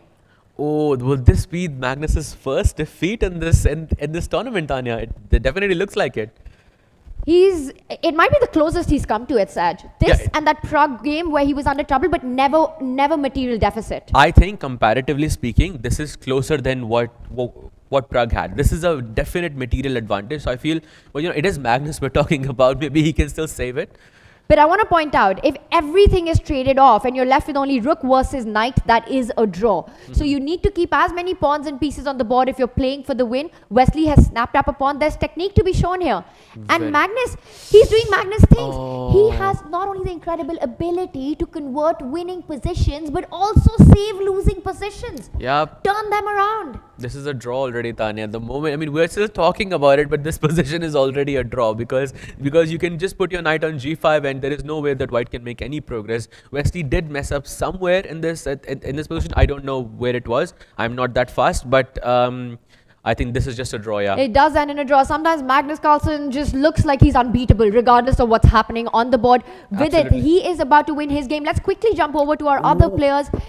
Look at that beautiful checkmate that Vidit just had on his board. If you can have that, if we can have the analysis board, you see that bishop d8. That's a beautiful checkmate. If you go knight g5, I can take back. That's it. It's over. The game is over. Did he just resign? He did. Yes. I don't think he allowed that to come. So Vidit checkmating Nodirbek. Pragnananda against SL. Pragg is in big trouble here. Let's go back and bring our players on the screen, please. It's Pragg versus SL. And there we have it. Wow, exchanged up here, but there is a lot of pressure on Black's king. Yeah, but I think this is a very comfortable win for SL. This looks a lot more comfortable than what Magnus and Wesley had. Because 6 seconds, I would not. I mean, with the queen and a knight's ahead. Because he's got the extra pawn on g5. He can just push that pawn all the way down. I'm just gonna say knights are always tricky, but yes, I understand what you're saying there. Be careful. Queen takes rook is a big is a trick on the board. Tanya, push comes to shove, you can always sack that rook with the with rook takes c4 in the future of the game. So that's why I feel a bit more comfortable about this. I think he's gonna do that soon enough. Okay, queen g4 happens, rook f2 check, and I think this is going to be over soon. I think Pragg's about to get checkmated with the king blocked and stuck in that last rank. Checkmate in 1 being threatened. Queen h1 is a huge threat. And that's it. It arrives on the board and Pragg resigns. We are seeing checkmates on the board at this level. Yeah? We don't see that in the rapid section. And I think all the games in the open section are already finished. Let's move over to the women's section because one more game is left there between Harika and Vaishali. Wow, what a heartbreaking moment for Pragg, and it all comes down to that first game set. Sometimes it's easy to overlook that, but the heartbreak of not converting and then not holding that one and losing to Vidit. He hasn't been able to bounce back, but it's still a long tournament to go. And here we've got, what do we make of the action that we've got on the board? A big material imbalance. That is true, but I think it's a bit hard for Vaishali to convert this, but she will try with everything she has. But I think this is a theoretical draw. It looks like a fortress. It looks like a fortress indeed. And Tanya, one more thing I would just like to point out, Aleksandra Goryachkina has won her game again. So she's 3 out of 3. She's the sole leader of this event, and we know she won the women's section in the rapid, with 2-point lead. And here, she's already leading with 3 out of 3. What is happening? Do we have any other player, even in the men, who's gone on to 3 out of 3 sets? No. She's the only one. Incredible. So 100% score by Goryachkina, and in this one, Vaishali, she's putting in her 100%, but it's just not enough to break through. She's hoping to get a g4. You need to try to create some weaknesses, try to get a way that the king and the queen can combine, but the rook and the bishop do a beautiful job taking away any entry squares from the black king to come too close. True, and she's still moving the king around, trying to find a way forward, but it feels unlikely. It feels like this is going to be very, very difficult to do in this position. Does she go queen c7 check? Yeah. She does, but it's just a check. A check isn't going to really help you in this position. Vaishali will play on, but also look how Harika's managed to gain time on the clock. True, true. Even though it's a 2-second increment, there is nothing much more to be done. Yes, and Vaishali, as she tries to push through with this, you know, we've got her mentor here. Well, the mentor for the entire Indian chess community, and of course, it is none other than Vishwanathan Anand. Vaishali, your student here, Vishi from Vaka, she's trying to convert this position, and I'd love to hear it from you. That do you think that she can make this happen? Is there a way that Black can find a breakthrough here? Seems. No. It's a straight answer. Yes, it's essentially a fortress. I mean, white doesn't even have to think. Rook f5, rook f1, rook f5, rook f1 till eternity. And then if you get bishop f3, bishop g4 now, then it's an even more certain draw. So, but she perhaps just feels So safe with the Now bishop. bishop f3 is, okay, now it's too late. But there's no big deal. You can go king f1 actually. White has so many pieces which can make random moves. In fact, white should not be coming back to f1. He can wait, she can wait rook f5, d5, rook f5, d5 for eternity. There's nothing ever going to happen. So. There's too many fortresses around this in this position. The only thing that Black would have is a g4 break at some point, But only when the king is on the h file and the queen is on h4 could that even present a problem. yes. So this is not happening. And even if g4 happens, what's it doing? If gh3, I play bishop h3, that's a draw. If you play g3, then I simply continue waiting on the f file, that's a draw. She needs Harika to make a one-move Blunder.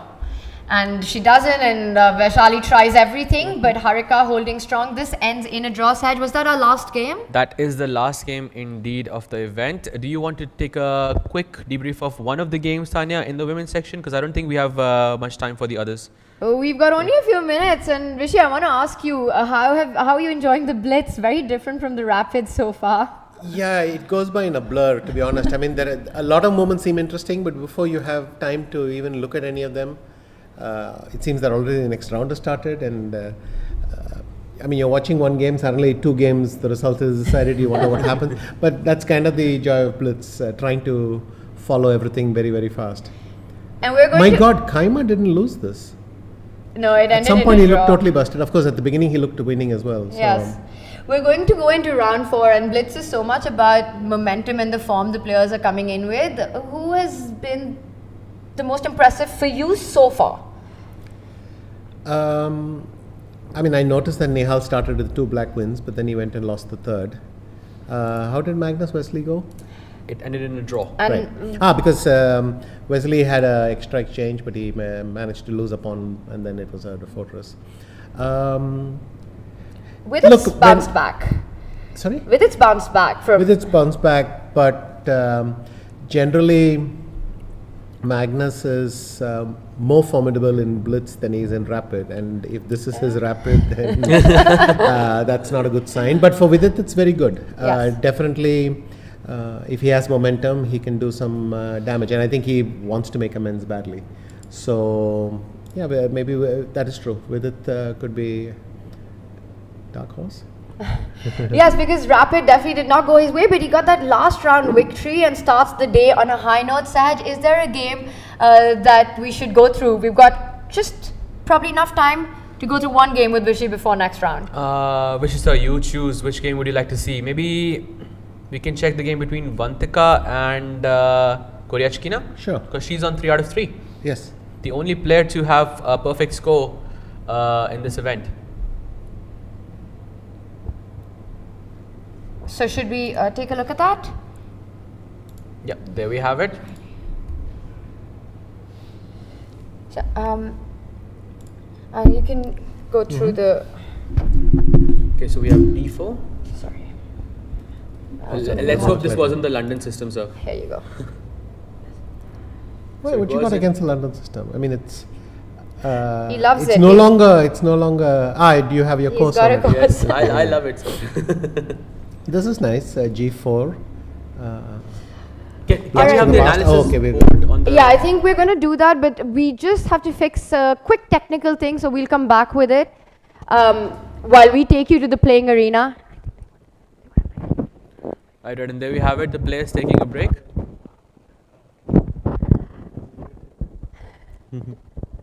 Completely agree.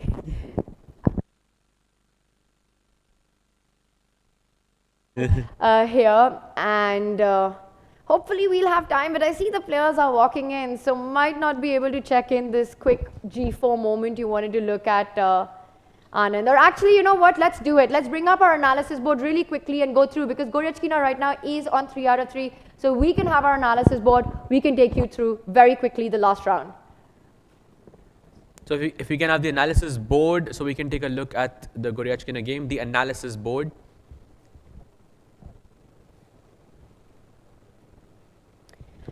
Let's have our analysis board up. Before we've got the first moves coming on. It might not happen. It might not be happen. Yeah. Maybe you can do it during breaks, but yeah. Is there a big break after round 5 or something? Tanya, is there a big break after round 5, or is that just... I will have to check with that. I'm not sure, but I see the smiles of the players, so maybe they are looking forward to a break as well. Because it's such a quick turn. They should be starting soon, yeah. Yes, they'll be starting soon, and there's very little time. Vishy, you're with the players in the players' lounge is where you've been. What's the atmosphere there like in between rounds? People come, they pick up their phones, they just want to see what they did. They understand it doesn't really matter because you know the next game could be quite different. But they anyway they want to satisfy their own curiosity with what happened. They're slightly tired when they get there, but they talk to each other and then they just get ready for the next game. It's pretty frenzied, and I can't say I had any meaningful conversation or anything like that. But it's typical Blitz behavior. What's your favorite format in chess? I like Blitz, to be honest. I like playing Blitz. The only thing is when Blitz starts badly, it can continue badly. But I've learned that just comes with the territory, and Blitz is thing. But I like... But it never goes badly for you. No, I'm afraid it does, but there's some Blitz tournaments I've played awfully. But anyway. We've got the pairings in front of us, and we've got the players in front of us as well. Which matchup do you think will give us the most excitement? We've got liftoff as well. And it's Magnus taking on Nodirbek. That should be a fun one. Yes. But everything is fun, I think, in Blitz. That's the beauty. And second, we don't have time to even complete a sentence, much less go over anything quickly, but we'll see. Okay, what is Magnus? So if we can have the bird's eye view, so we can take a look. So Magnus is going for this move with Queen D2 because he wants to fianchetto the bishop. Maybe Nodirbek. That's the bottom left corner of the board, sir. Yeah. And I think one thing which Magnus hasn't done yet, but he might want to do, is to play bishop takes c6 here. Ooh, and the point is, after b takes c6, then you've got these double pawns. It's not a bad thing when the pawn is on d6, but when it comes to d5, then c5 becomes weak. Let's show that. Let's bring up our analysis board of Magnus and Nodirbek and point out all these aspects that Vishy is talking about. Because I need to keep up with it as well. I'm trying to understand all the positions. So if we can have our analysis board of Magnus and Nodirbek.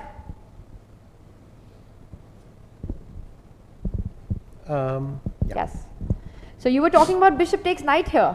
Yes, it's a perfectly valid idea, because then you continue. On the queen side, it has a Rosolimo feel, if you know what I mean.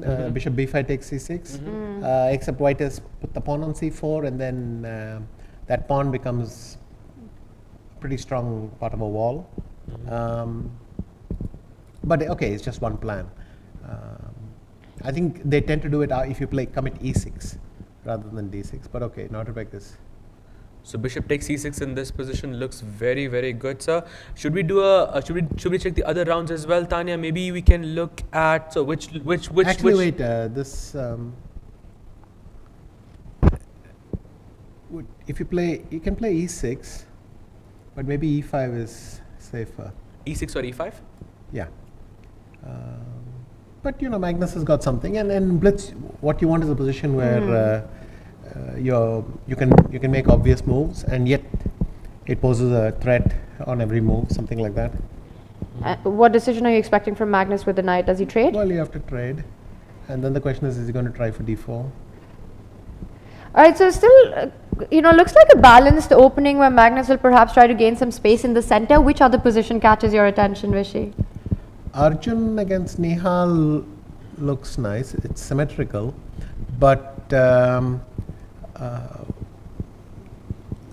if you take with the bishop, then I'll go queen f3. I mean, yeah, let's look at Arjun versus Nihal. I think that looks like a very, very interesting position. In fact, for this, probably queen f3 now with the idea of rook fd1 maybe keeps some small initiative. You've got the open files, you've got the nice bishops. I mean, black should maybe just play queen b6, and yeah, he's gone queen f3. Black might try queen b6, which protects the b7 pawn, so I can play bishop d7 c6 next. Oh, that's nice. So queen b6 is almost worse. Does this look balanced, I think, more or less, or? Okay, he's gone queen b6. Anand's just calling out the game. Because SL Narayanan is doing yes, something crazy. He's another. Probably his worse is just the pawn down, but he's gone for g4, g5, and now in Blitz, he's got a pretty good deal. He can play knight e4. The rook is on the third, ready to go to g3 or h3, and you just put it on f6. And the beauty in Blitz is it doesn't have to be correct. Yeah, exactly. And it's so much about putting pressure on your opponent's king if you can find those opportunities. So Dubov is going to clean up here. He's going to play knight takes a4, knight takes b2, all that. So now it's time for SL to decide how he's going to go about this knight e4, f6 check.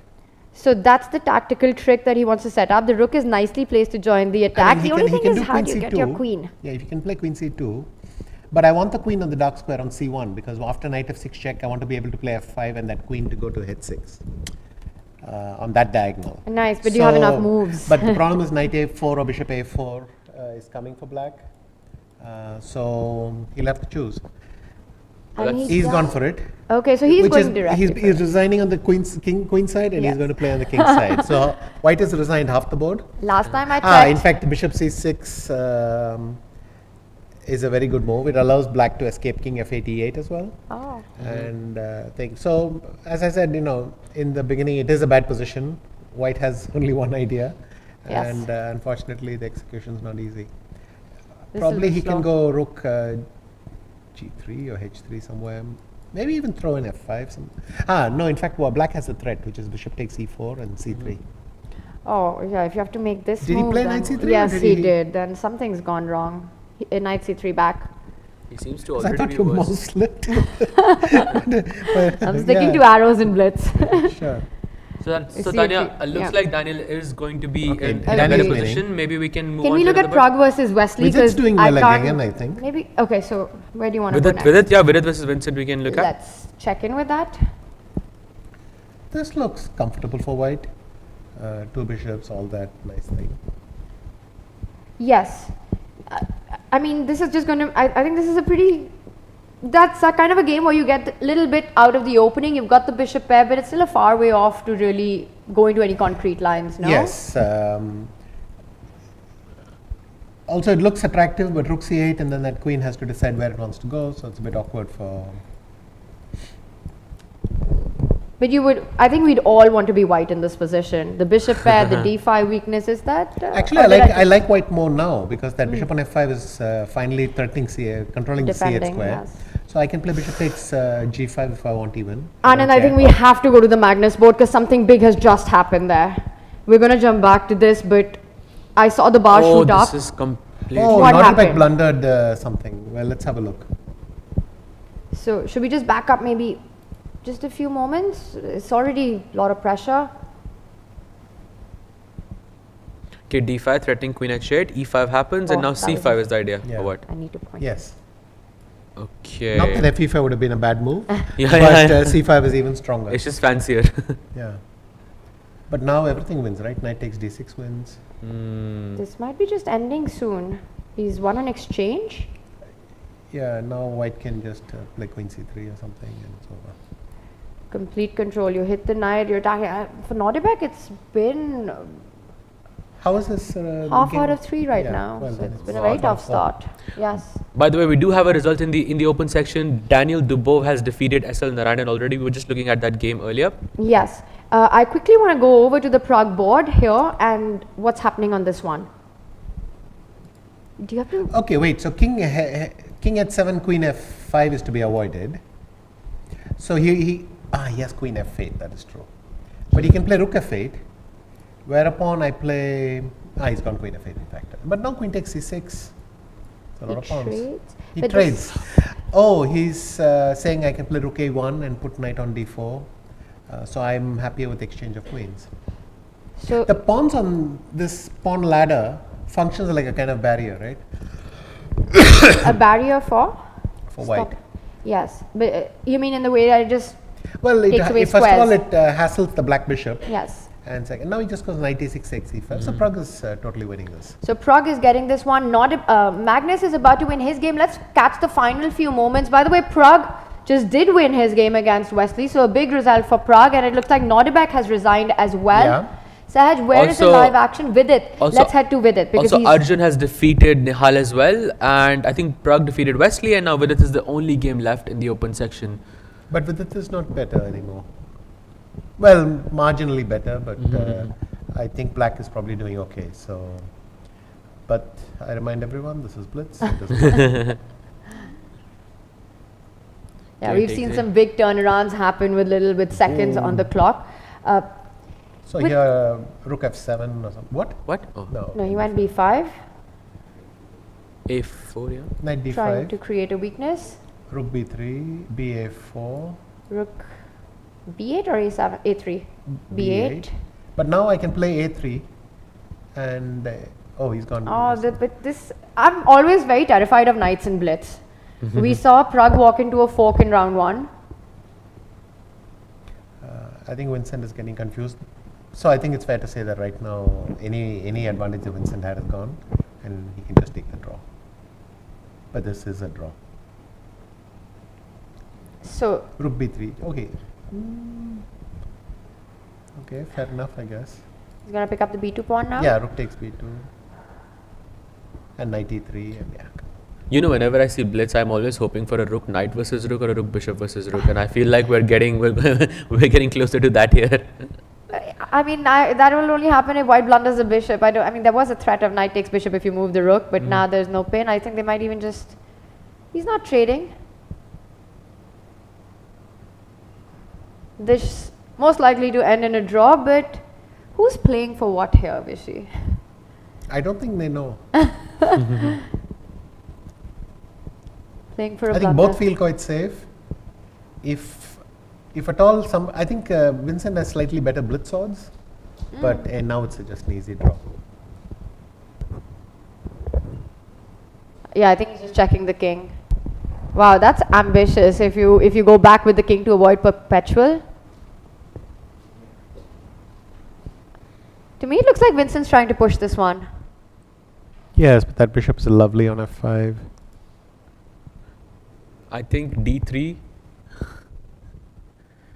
Oh, by the way, in the women's section. Yes, let's go there. Yeah, let's actually take a quick So- look there. What's happening? Let's go to Aleksandra Tanya, Goryachkina. p3 black wins already. I think Wow. I've chosen the least That exciting looks game. like an extra rook, or is there something going on? Yeah, that's an extra rook. Wow, let's go straight to the Divya game because That is an extra rook. Humpy has an extra rook, 2 extra pawns. Why is Divya playing still? And if we can go to our playing hall as well and get the players. Yeah, it is an extra rook on the camera as well. So not a DGT issue. Alright, so this one will end in Humpy's favor. Vantika won against Nana as well. Vantika is playing extremely well. Watch this. Wait, Goryachkina, I think, lost just now, or To whom? that's what I'm. To Oh no, Lano, she's- it's still going on, so no, let's she's still quickly playing, go she's over still playing. there. But this should end in No, a draw. that is a draw. yeah, that is a Yes. draw. Just don't trade rooks. Just move the rooks left and right, and I think this will be. Okay, rook e5 happens. Let me just check the other board to see if we have a result there. Okay, so the game between Vidit and Vincent ended in a draw, Tanya. So the open section is already over, and the game between this is the last game remaining of So this round. in these kind of end games, if your opponent allowed you to do everything without losing a blunder, is there anything that black can do to actually convert this? Is there a plan or not? No. No. it requires either blundering into lost ending or allowing rook g2. You know, something has to go wrong for this. Or sometimes getting your king cut off on d3, and then if black gets in f4, that could be winning because the king is too far away. But it's hard to see any of these things happening. Yeah. If white waits on f2, there's essentially no way she or he can lose this. Right, so Saj, And I think they stopped. they so- stopped. They've agreed to a draw in this one. They tried for a long time, but nothing to be done, and that's all our rounds. That's all the rounds. Maybe we can do deep dive on one of the games. I'm really interested in seeing what happens between Humpy G and Divya because at the end there was like a bunch of pieces up, and how did that happen? Yes, we'll just take a look at that, and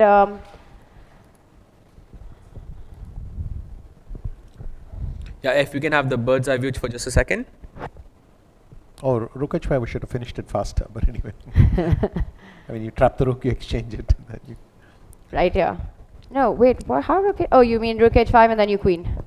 yeah, rook h5 takes, and then h7 h8. Yes. Yeah, so if we can go back to the analysis board, so we can. We'll quickly bring that up, and maybe you can just show us where it went wrong for Divya.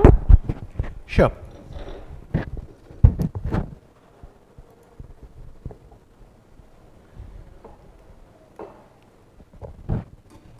Okay. Yeah. So typically they have included these moves earlier. I was wondering if there was some difference here. Bishop d3. Okay. White is willing to be a piece down. What is knight f6? Yeah, I think I mean, there's I some thought you line can do here this. after, You can do this and play h4. and then I think you take on e4. Correct. And king You go f8. king f8 and then And bishop there's some. Oh, so yes. Just go Uh, back up. king f8. Yes. And bishop e5, bishop I think is the e5, move, and someone knight f6. g5, right? Well, knight g5, knight e5. Isn't this? There are some games in this. I think vaguely recall some, if not this exact position, then white plays f4, but black is anyway kind of okay. I don't know why this. Yeah, why this is happening. I remember seeing something like this at the Olympiad, so recently it's in my Yes. head. It's one of these crazy lines was popular 4 years ago. But then she did something, she did knight f6, which the computer didn't like at all. But just so just one second, is there queen f4 check in this position? I would suspect that's the reason, yes. Oh, You're right, whoa, queen a4 is just a whole that's it. piece. Yeah, and somehow the computer isn't allowing us to go through that, but is that how she lost the piece? No, because white in fact went bishop e5. So Oh my white gosh. blundered, white did this, and then black escaped. Let me just show that, Anand, This one is second. embarrassing. Sorry, just this position? Queen a4 is resigns, yeah. This is just How do you explain that? Because these are two extremely strong players. Is this just a blind spot? What happens? What can you say? Sometimes it happens. You don't expect maybe your opponent to blunder, so you don't look for the. I mean, if you stop Humpy and say, "Can you see the best movie?" He'll of course find it, but there's no one at the board to do that for you. And well, but Yeah. still, And this is on the. And sometimes you're just not expecting that such an option would even exist, and your Exactly. opponent would allow that. Yeah. And I think, yes, so h4 happened, Anand. Well, black's position is horrible anyway. She castles long. Apparently, king b2's. But okay, maybe we don't have time to get into subtleties. Yes, just maybe. f3. Oh, it's just Whoa. wow. It's just, this is just completely too lost. many pawns and Everything, white, yeah. white won the exchange. So You know, Tanya, Like Divya this. is on 1 out of 4, and her only win is against the World Blitz champion.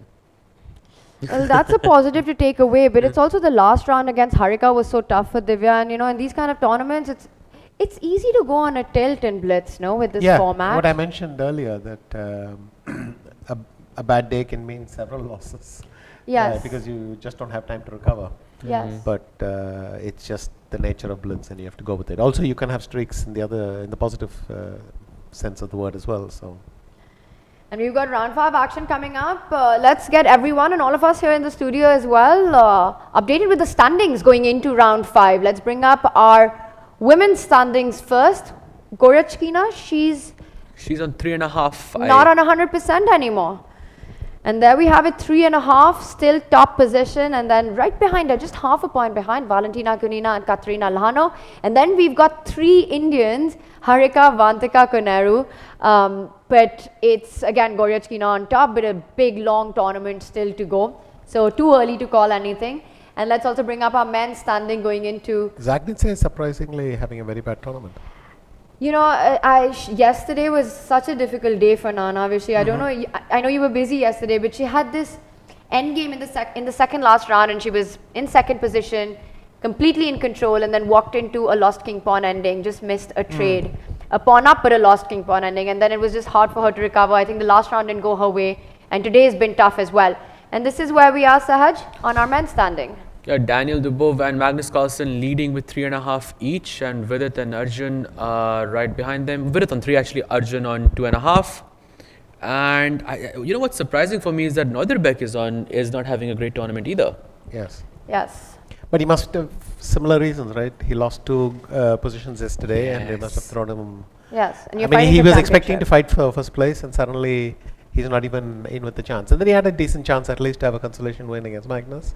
Blew So that as close. well, so it's kind of you see how your mood carries over from one day to the next. And I think that's a factor that many watching from home, it's easy to forget about that. yeah, And it plays a big role, and the players are to go. But Vidit's having a great day, and I know his sister's here, by the way. She wasn't here for the Rapid, but she's arrived for the Blitz. So I think that's always very positive for Vidit. We've often seen her travel with him. So I think he's had a mood shift, Sahaj. It looks like it. You know, he's on 3 out of 4. That is wonderful. You know, one more thing, Tanya. You know, with Valentina Gurina, she's on 3 out of 4, but her only loss is against Divya so far. That's actually very, very. If that match had gone her way, she would be leading this event. Bishop b3 check. Wow. well, to stop This- D1 queens. Yeah. Oh, sorry, I'm just looking at it from a distance, and I couldn't spot everything. Yeah, You know. yeah. This was from the previous round. Yeah, depending on your angle, you can not see pawns. Exactly. I didn't see the pawn there. I was like, why is The he D2 playing- pawn would be, I mean, a black pawn would be lovely on a white square, but on a dark square sometimes it disappears. I wish we could show everyone. It's from a previous round, so we will move forward as we'll have first moves very soon. And we've got Magnus against Vincent. We've got the first moves coming on. And Sahaj, maybe a good time to start with a bird's eye view and have Anand take us through the openings. Yep, let's do it. If you can have the bird's eye view. Okay, Pragg is investing a few seconds, deciding what kind of English or QGD he wants to know. He wants to go for a King's Indian kind of thing. Okay, the next game, Vincent against Magnus, is going to be an accelerated dragon. Maybe Magnus will do these new Queen B6 stunts that Hikaru did against him. There you go. Wow. And then Those are Wesley. Asking Wesley for the is going for the sharp Bishop G5 line, which will produce some fireworks. Fireworks are almost guaranteed there. Nihal against Vidit is. Let's see what Nihal does. I mean, Vidit does. Is he going to go knight d4? Is he going to just play d6? We'll see. What's the fifth Arjun. one? Yeah, Arjun. He's gone for this line. I forget the name, but there's a pawn on d3. And yes, it tends to be quite sharp because black has to do a lot of things to defend the pawn, like over there, all the way down there in d3, very far from its thing. So white can do things like knight c1, what have you. But black has a few tricks like knight e5, which should keep it going. And before I ask you to choose a game to jump into, I'm going to get a quick update on the women's board as well. Vishy, what's happening here? Vantika, I like her position simply because Humpy's move of a5 doesn't fit in with the rest of the scheme. It's not catastrophic, but I don't see why you would combine the Queen's Indian with this pawn on a5. Okay. Katerina against Nana is a kind of typical Caro-Kann. The question is maybe white will play G3. I wanted to say G3 and H4, but white is just charged H4 in. You must be very happy. When in doubt. Yes. The question is, what is the question? What does she want with this? If I play knight takes H4, then she's going to go knight H4, bishop H4, queen G4 or something. But then I can play G6 and I'm We're going to still a find out, pawn I up. think. So the trade on h4 has happened, and you're expecting queen g4 with an attack on the It's one idea. The other thing is CD. CD is a move here because if I play CD, then you go queen a4 check, and I cannot play queen d7. Bishop is hanging on the Right. other You have to side. damage your And if castling. you go queen takes d5, then I go queen g4, and you will lose the g7 pawn. So in fact, you have to play d5. So maybe she rushed with knight h4. She could have considered something else, like h4, h5 was. Do you want to just quickly show that Doable. on the board, because it's quite a fascinating position. I'm going to bring that up really quickly. You'll have to go to round 5. Yes. And this is Vantika. No, this That's the Katrina versus Nana. No. And if we can have our analysis board, because pawn takes pawn has been played, that's the decision by Lano. If we can please have our analysis board, and there we have it, Vishy. Okay, so if you do this, then white plays queen a4 check, and because you cannot play queen d7 because that queen was defending this Yes. bishop. So, I mean, it's a question whether you can play king f8 and how bad it really is, but my hunch is it's fairly bad because black is going to need it has to bring the bishop back, move the pawns, and get the king out. Yes. This could be unpleasant. I think she She did couldn't with the capture e-pawn. the queen as well because then queen g4 was You're right, yeah. strong. Double attack. So she has to take with the e-pawn. She did that. Yeah. But now white think can we- play queen g4. Let me just get the game updated and see if that actually happened. No, that didn't happen. She pushed the B pawn. I can see she the B actually pawn did is. pawn takes pawn. I can see With the c pawn. Oh, have and in fact, this. b4 is even faster. b4 is a Oh. very nice move. So Nana is on 0 out of 4, and now this position does not feel Oh. pleasant for her either. Yeah, if the pawn has reached b6, that's even stronger This than is maybe what rook we a c1. Let's see how good rook a c1 was. Moderately strong, but b4 is the Yes, best once move. you spot this So she idea, knows, it's really nice. She knows? So she kind of walked into that, and Yes. so perhaps this move capturing here was a mistake. Yes. But with little time on the clock, it's so difficult to make these decisions. Sahaj, where would you want to go to next? Should we switch back to the men's section and get Yeah. an update on that? Let's do that. So which game strikes I to want to you? go to Daniel's because I think you were talking about that before we left, if that's okay. Yeah, with the D3 pawn. Which is where is this? So this game. Yeah, Daniel. Okay. Yeah, but now black must be doing kind of okay because that bishop on g6 is supporting the pawn nicely. Black can play knight e4 or rook e8 or something, and Very pleasant position for black. I think so much activity. Daniel has not done well out of this. Okay, he's gone knight f5. Yes. But looking good for Arjun right now, Vishy? it fair to yes, say that? bishop. It might just be equal, but I think knight d7 here with the idea of knight e5 might be a good place to start. Yeah, love this pawn on d3. We'll keep an eye. Arjun gains on the advantage. Let's But let's yes. go to the Wesley versus SL game because some crazy stuff is happening there with the pawn on g4 and h4. It looks really, really powerful. So what do you think about this position? It should be fairly good. Maybe black should just play h3 because that knight on h2 is an awful piece. The problem for black is if black captures here and white captures here, then it's not easy to defend this because this pawn is loose. You can play rook f7 and go rook g7 and sit there, but suddenly I'm thinking, why not play h3 instead? It's very hard to capture this pawn. And you know, it's an alpha pawn. It's instead of h6, it's Yeah. sitting on h3, and you never know when your queen ends up in the second rank and could use that square. Yeah, So for Blitz, I think this is a no-brainer. yeah. I love that. You know, I just want to say, terminology, Vishy alpha sir, pawn. whether it's white or black, with white, Vishy sir likes h4, h5, h6. With black, she likes h5, h4, h3. Especially when it's not my h pawn. But okay, I but think he hasn't made no, SL hasn't. He's gone way far ahead. He's taken on g3 and done all sorts of stuff. Yes, and this It is a hasn't live worked out. Yeah. position. He's still putting the pressure, but maybe most of it, the worst is behind. So he wants to trade the d pawn for the e pawn. We will check He back captured on this. e4. Wesley came knight f1. He's gone queen f5. But I think his advantage has disappeared. And now so queen to f4 speak. has also been played. They've Yeah, gone so into it's the just endgame, the- but it looks like a pretty balanced game. Maybe we can move on to the Vincent versus Magnus because it looks like Magnus is in some trouble. Yeah, let's looking at the go bar. to this. Let's bring up Vincent versus Magnus, and wow, just as we do that, apparently the advantage has been lost. What's going on here? The rook is hanging, the pawn's hanging. Can you pick it up? Can you go queen takes pawn? He can't go rook b2 because the knight takes f3 check. So he goes knight that's h5. nice. Rook b2. You have to be careful about tactics with the bishop That's a hanging. very nice tactic, actually. Yeah, f4. Easy to miss. But 5 Does he seconds have for something Vincent. against knight c4? Knight c4. So No, Vincent kind of has spoiled this as well. Yeah, Yes. a few moves ago he looked like he was a bit better, but now. not Okay, he's gone to anymore. c6. yeah, I mean that's one extra pawn, but it looks like a lot more. Attacks the knight. Tanya, Yes. this looks like a winning position for Magnus, but Nihal versus Vidit seems to be heating up. Let's go there. Look at Whoa, that. Look just in at that. time. What Nihal? Knight is he h5, knight gonna- h5, it's over. Oh, Oh, it's on the Nihal has board. won. Oh. That's a blunder. That's just Yeah, a yeah. fork. You just get checkmated. But I think he was in trouble already. No. Look at Oh, that. rook takes e6 then Nihal kind of cleaned up like this. He's so sharp and quick with f4, this. did he even need f4? He could have gone rook, he could have done the same thing without f4. So the computer is indicating that there is no need for f4.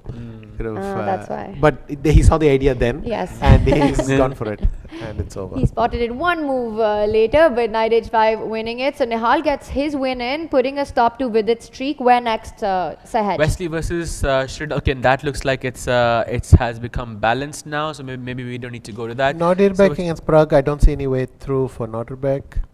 Nodirbek they're was both under time pressure, so it could be a long game. Oh my God, Wesley is losing this. He's the most easily drawn position. He's managed to blunder into a pawn in game. and he's just He allowed lost- some knight c4 check. Let's have a quick look yes, at that. How let's that do finished. it. So sorry to blitz past this. No, it is Blitz. You must Yeah. blitz past it.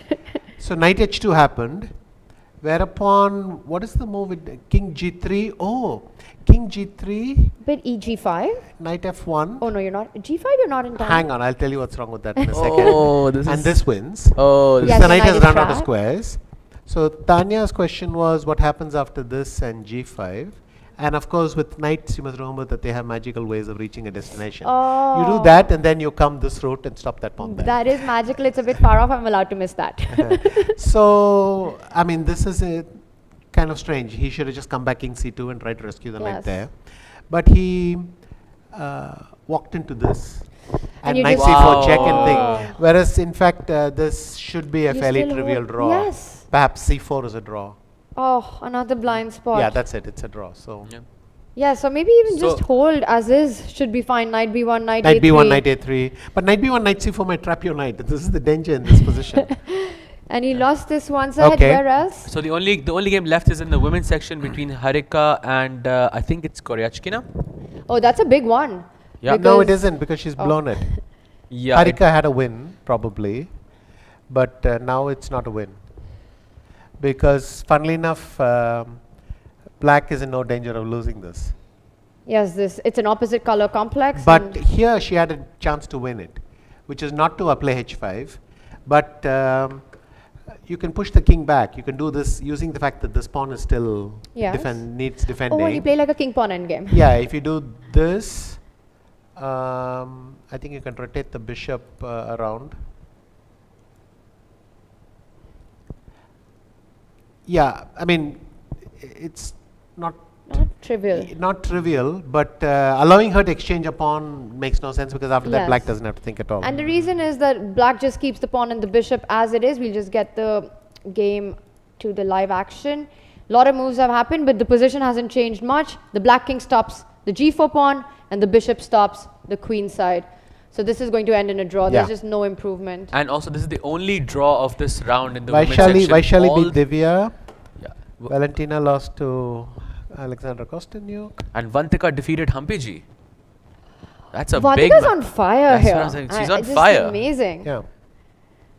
And she's the lowest seed in the tournament. She has this incredible run in the rapid, finishes third, and today she started really well. Yeah. Perhaps we'll just have a look at that. Should we call this a draw? Yes, and, it's a draw. Use the time to have a look at some of the other games. Anand, take us through this one. Okay, so they just played a Queen's Indian as it turned out, but with this pawn on a5, this square is just a little bit soft. Excellent stuff. Finally, this pawn on e4, there's no c5 break. It's unpleasant for black, and you can see just very simple moves. Humpy blundered, and then it's game over. Because if you take with the queen, knight d7 forks yeah, the rook queen and and the rook. queen. So you take with the pawn, after which you can resign with a clear conscience. So Yes. like queen f5 might be a win anyway, but knight g4, queen Yeah, f5. but if you had to point out, I mean, this was just like a miniature. Yeah. Point out that one moment where it all went wrong. Apart, I mean, yes, there was a blunder, but it felt like she got the pressure on earlier. I think black maybe had to play bishop b8 or something. In fact, black is probably might want to just throw in c5 as a sacrifice somewhere, but the problem is the rooks are on the right square, so you have to Yes. move the queen first. It's not easy to find a move. If you do this, I'll do this, and I'll keep harassing Pressure the on. queen. Yes. So it's already a very unpleasant position to play. But nicely played by Avantika, striking with e4 first. Yeah, and I might have chosen bishop e7 rather than c7 because that way the queen can hide on c7. Anyway, So this was a quick one. Sahaj, another game. Let's actually check one of the open section games between Pragg won against Nodirbek. Wow. Let's check that maybe. Let's do it because we didn't catch so much of that, and that means that Nodirbek is on half out of 5. Wow. Tanya, also look at that pawn structure of a black. That looks really nice, no? And when we checked in with this, we thought this should be a hold, right? So what happened? I'll just go back and wherever you want to start. I mean, I'll just go to the last position. Something like this. They've been repeating for a while, I think. And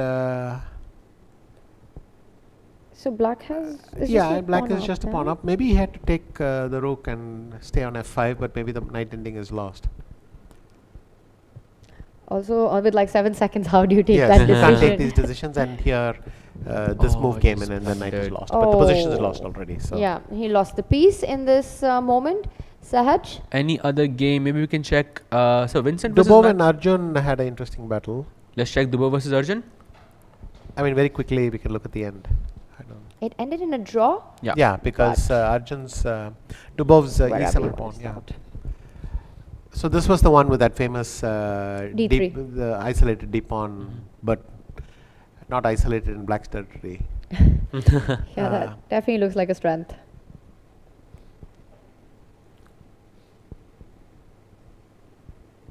So we had the queen trades here. You're not happy about No, it? I was just wondering why not g5. Just asking a few questions, but anyway. Maybe you didn't like knight e4. I'm not sure in that Knight position. f2. Okay, but this is No tactics. so Arjun is going to try and use this better pawn structure, but okay, here it's not. It's a fairly trivial draw. You And what he sit does him. is he goes rook e6, and Rook he's just e8. going to repeat this forever. That's it. Because That's if you it all. don't, then rook takes pawn and perhaps black wins that Correct. position, right? So you he's can't just allow a- that. Nice summary there. Maybe we can quickly we have very little time left. Maybe we can also check Vincent versus Magnus. Sure. Absolutely. I'll just have that. Yes. This was the last position. So they got this accelerated dragon. With that queen b6 stuff that you said, sir. Yeah, this is Hikaru did it against Magnus Where was that? in London. At the Global Chess League. Yes, So and it's recently. been knocking around as well. So Magnus then plays f5 to loosen things up. Ah, yes.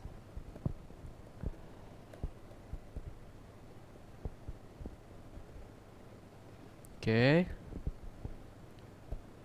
Okay, defending the queen, b4, knight e4, bishop f5, allowing queen takes f4.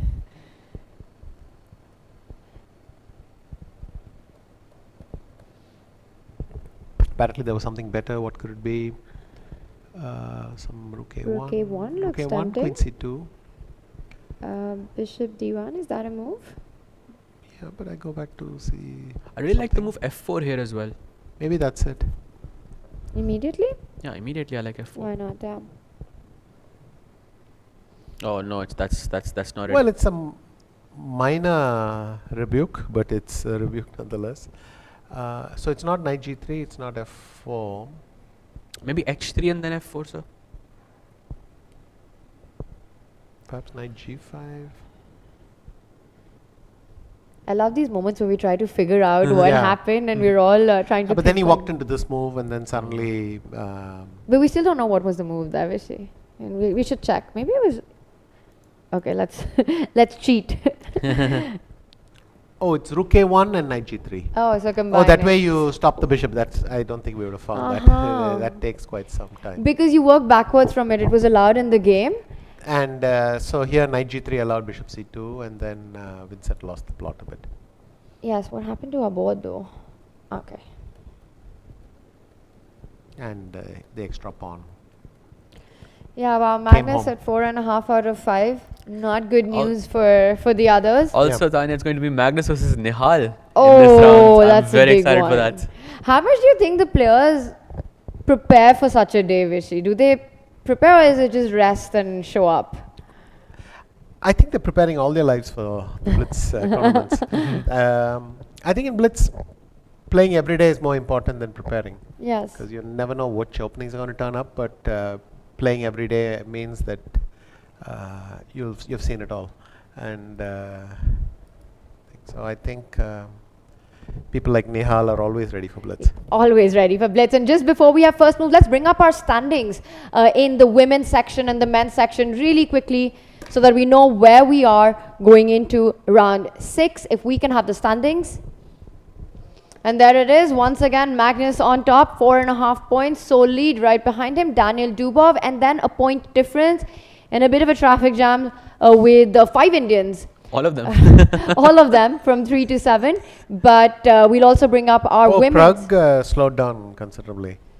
He's had some setbacks because he started kind of well, right? Yes, he did.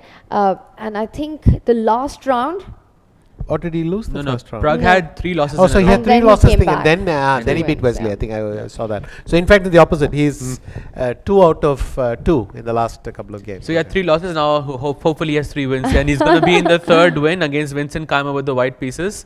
That's going to be a nice match to see. and we've got the women standing as well, jointly this time between Goryachkina and Katrina Lhano, and then Vantika right behind with 3.5 points. So a very close battle in the women's section right now with just a half-point margin throughout, top to bottom. Yep, that is true. And also, Goryachkina is up against the World Blitz champion, Valentina Gunina. Fun one, and we've got moves coming in, so let's bring up our bird's eye view to get a quick overview of the opening moves by our players. Okay, so which game strikes you the most? Yeah. So far, nothing yet. But Magnus against Nihal looks full and proper Catalan. I always hated these 92 lines with both colors. I think the Magnus versus Nehal will be our marquee matchup, and right now I see all across our boards sort of slow opening starts. Nothing too crazy has happened. No G4, H4s on the board yet. Similarly, let's just also look at the women board, and then we'll come back to this and do a deep dive. Hopefully by then we'll have more fire. Wow, that bottom left board, Harika versus Nana. These openings always are fun to watch. Where you win a Yes. pawn. Yeah, this is not a bomb, right? Yes. I think it's called a not a bomb. Yes, it is. This one. Where is? The women board would be here. We can go to. No, sorry, this is the wrong one. Yes, I'll just fix the round. Yeah. Let's bring up our analysis board as we look at the Notaboom, where black has won a pawn. That's the Basically, bottom left. black will end up with these 2 pawns, and white will end up with these 2 pawns, and that's what we're waiting for. Yes. I'm not going to make all the moves because I suspect they'll do it very fast. I don't know what's happening. Yeah, he just played B3. That's- So he just plays B3. Is that theory, sir? I thought you're supposed to take on b5 first to get the. If you take this, then I take this. You take this. I take this. Oh. b3. But in fact, here you don't even get the same. You don't get a5, b takes b4 because you just play bishop takes b4. Mm.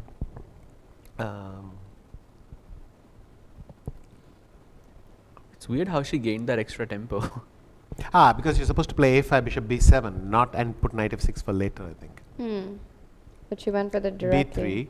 Now, maybe what can black can do is something with knight d5, and this can be quite annoying. Maybe we've got that. So we have this position on the board, and queen d2 Queen d2, was okay. played. So do you said this could be annoying for white now? Yes, I'm trying to see how I can make this happen. Maybe a5.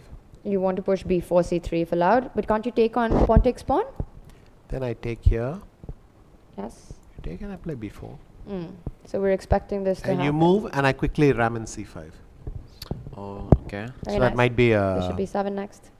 yeah. Because if you take, then I castle, and then this pawn is up for the grabs. Yes, Something like that. in a Okay. nice way. So this is nice for Harika. So If things she looking wants, good she for can play Harika. a5. Yeah, I was just about to say, Tanya, let's go back to Magnus versus Nehal because this looks like a very, very interesting position. So, what do you make of this? It's probably nice for white, yes, because of that d6 square. Maybe black can play b5 here to stop this knight c4 d6 plan, B5 to stop knight c4, knight d6. Okay, that makes sense. or take on d4.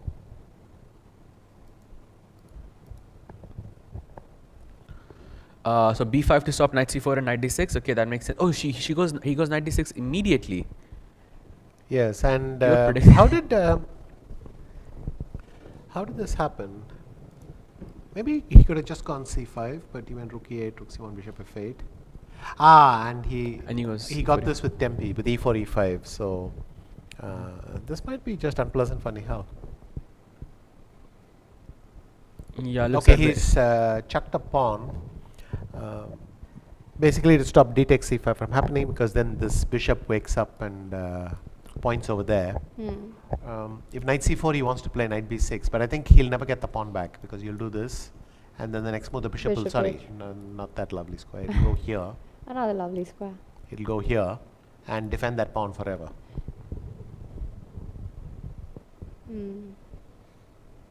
Yeah, looks like Magnus looks to be quite comfortable here. Maybe we can move on to another board, Tanya. So which board would you like to check out next? Pick one. Okay, let's go over to Wesley versus Nodirbek, because it looks like he seems to be in a better position. Yeah, if you just see Magnus against Nihal now, he's put that magic bishop on. Yes, and how do you win this pawn back now? Yeah, he's gone knight a5, which is, so he spotted a nice way of doing this, and then put the bishop here. He didn't And trade. now the bishop is locked into that pawn on d6. Oh, this is Yeah, unpleasant now. That's very unpleasant. That's quite a big bad advantage news for Nihal. white. Bad news for Nihal, yeah. Yeah. All right, so things looking not so good for Nihal right now, but he's tricky. He's trying to fight this out. He will do that. We'll come back to it later. Let's see how Vidit versus Dubov's going. What do we make of this endgame right now?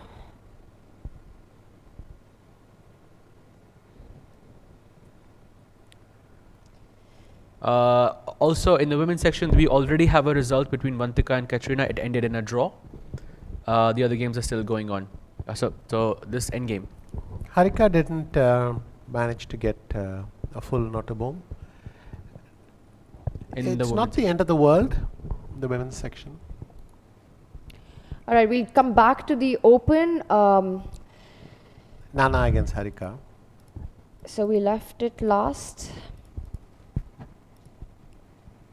around here, and a lot of moves happened, but yeah, this is so very different from what we were looking at. Sure.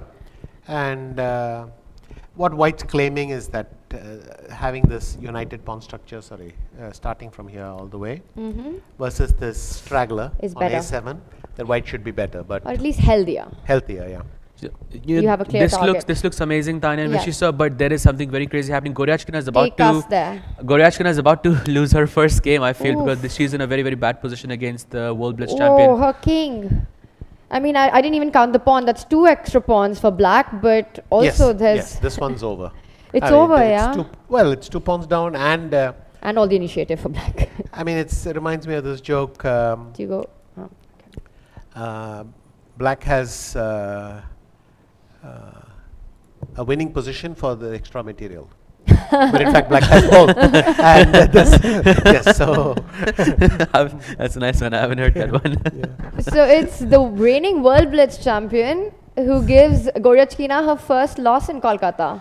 Yep, first loss indeed. Humpy is winning against Vaishali Yes, we've got that. because now there's some tactical detail has to be paid attention to, but this must be very good. But how do you find it in 5 seconds?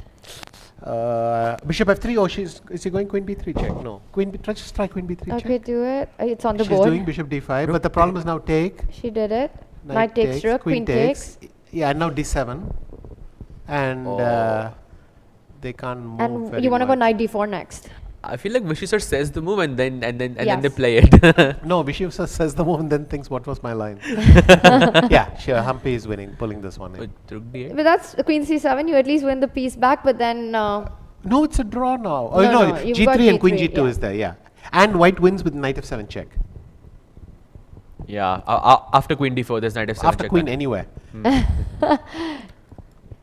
and she resigned. So Humpy gets the win. Sahaj, Let's go back to the open session, Tanya, with Magnus Vidit versus is Nihal. winning. Yeah, Vidit is also winning. wow. Magnus is winning. Magnus is also winning. Magnus about to clinch this. Nihal's on 5 seconds, and look at Magnus's pawns. And rook c6, rook c7. What's the idea? a7 is falling. You just pick that up. Yeah.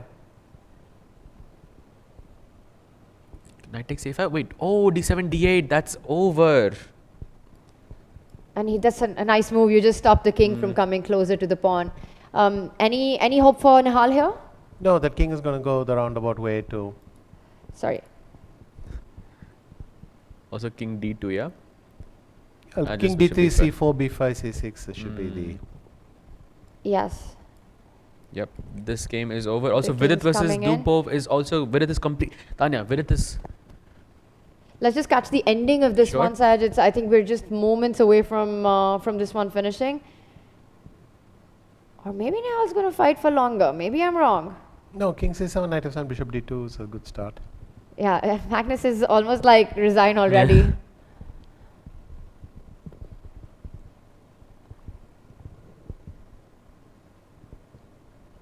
Yeah, Not this giving the is- d5 pawn. You'll trade once.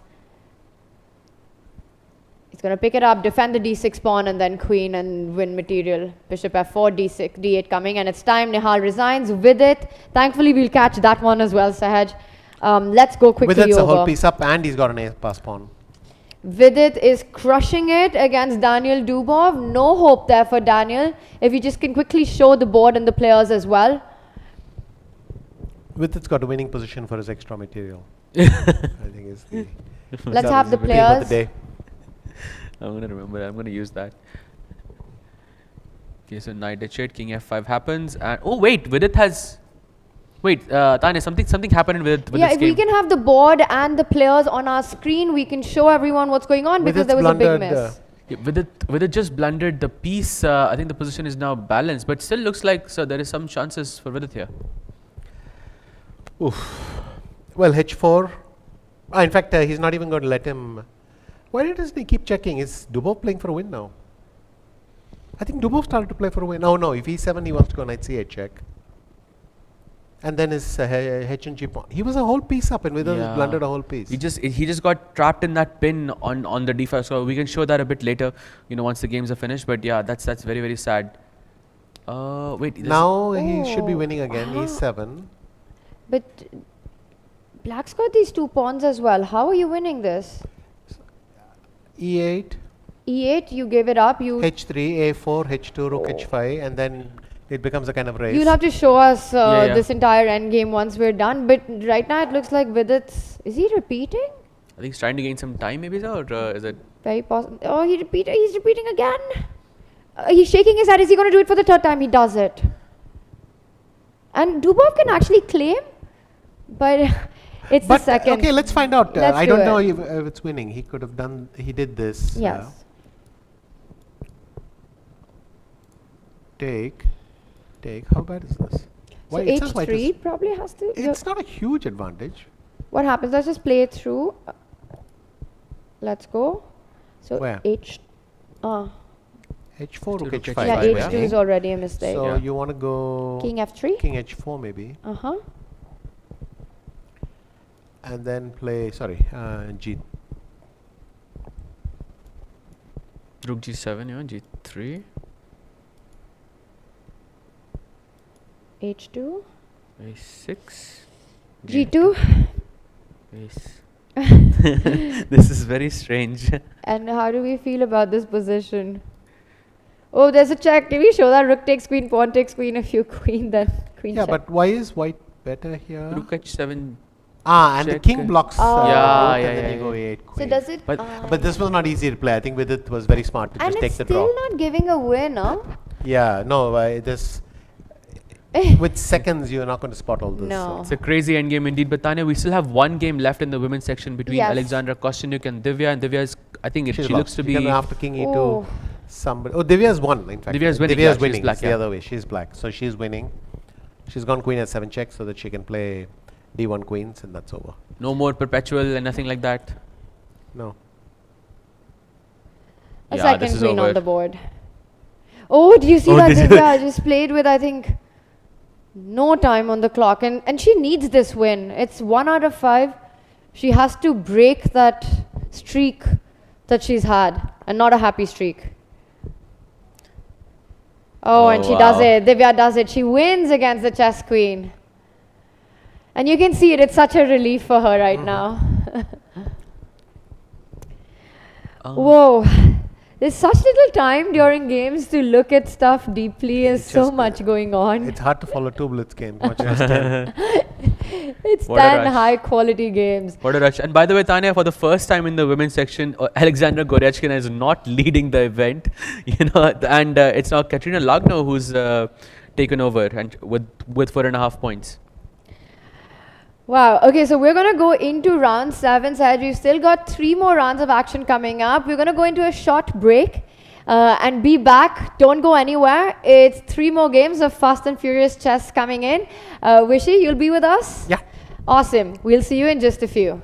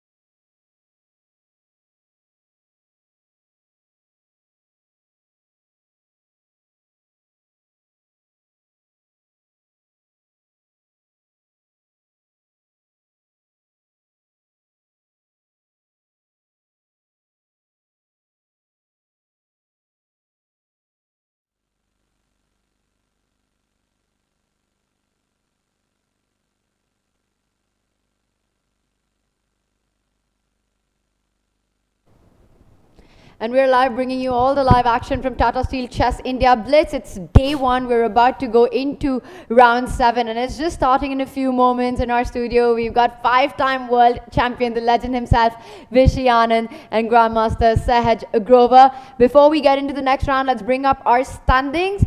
And Vishy, I'd love to get your take on this, because there's a certain Magnus Carlsen who's got a 1-point lead. Let's have our standings up on our screen. Who catches Magnus? Is he even going to lose a single game in Kolkata this year? I don't see it so far. I mean, he's winning every game effortlessly. If at all he has a problem, it's a minor one. Maybe there was a moment or two in some game which bothered him, but otherwise he's playing at a very high level. But in general, I think they unleashed him. There were several unnecessary losses in the rapid. And once he gets on a streak, and to be honest, I thought it's already the best chance for the others is usually the rapid, because Magnus is more excited about the blitz. So we'll see, but it doesn't look good, and I can't really pick who's going to catch him. But maybe one of the others will hit a nice streak as well. It's a long tournament ahead. We've got 3 more rounds right now, and then another 9 rounds tomorrow. But a 1-point lead to Magnus. We'll also bring up the women's standings. I'm trying to remember, was it a 125 game streak for Magnus in Classical? I don't remember. I think it was 100 games for Ding, as far as I remember. Maybe chat can correct me if I'm wrong. And it was 125 for Magnus, which was broken by Duda. But right now he's on a hot streak in Kolkata as well. In the women's, for the first time, I think, Saj, we've got a new leader. Yeah, that is true. We've got Katrina Lagno as the leader. Goryachkina had one bad round, and now I think the games have already started. Tanya, yeah. Maybe we can go back to the bird's eye view so we can get the action live. Should we start with the open section? Let's do it. Let's go straight to our Dhono Dhanyo playing arena as we enter the final 3 games of the day and bring up our bird's eye view. And Anand, you can tell us what we missed out on so far. Vincent's probably going to throw in a G4 somewhere, so let's see when that happens. Nodirbek against SL, well, he's pottering around. Nihal against Pragg. Not a particularly dramatic situation yet. Yeah, so far in the men's section, all are just at the opening stage. So Early moves. let's see the women's. Yes. Let's look at the women's section, and there we have it. What do you think about the game, sir? Sampi is doing something interesting. She's not developed a G8 knight yet. Just trying to see how long she can put that off.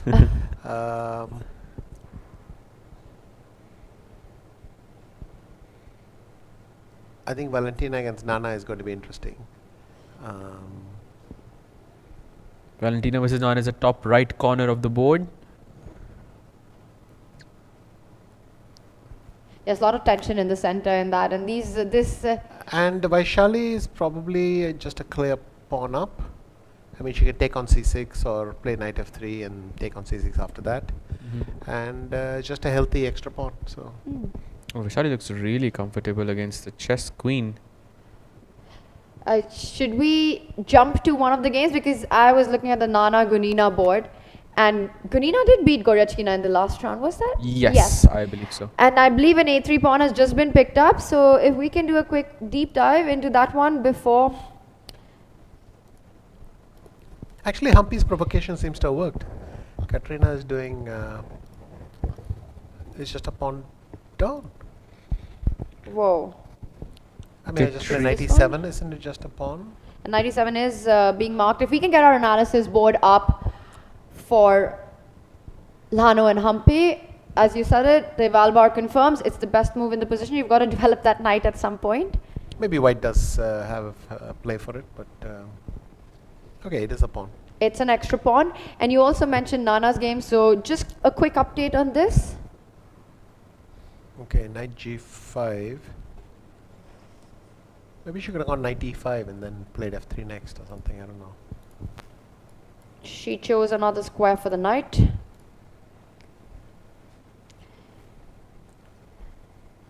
But it's often tempting to go for a direct threat. You know, you put knight g5 and you're asking questions, because taking on g5 looks pretty risky here. Yes, it does. But what is White's threat? I mean, this pawn on e4 is You don't care? it's not much of a pawn. But I don't know why Nana immediately played cd4, cd4. Oh, she wanted to release her queen going back. Looks like an interesting game indeed. But Tanya, there are some very, very exciting games happening in the open Ooh, section. let's go. First of all, Nodirbek has woken up with his last win against Wesley So, and now he is crushing it in his game against SL Narayanan. And also the game between Nihal and Pragg looks to be There's a very simple interesting. tactic. He just takes on Rook takes d7, oh. Yeah. and then queen takes e5 takes h8 is coming. So Oh, you mean after rook d7? yeah, rook after d7. you do everything, queen e5, and it's forking the thing. He just resigned. He Wesley doesn't let resigned. it play out. He had to play rook h7 to have any chances, but then g4 is too strong. And Instead of this rook, get this rook, so it wouldn't be hanging in the end, but it didn't happen, and Nodirbek gets a win in.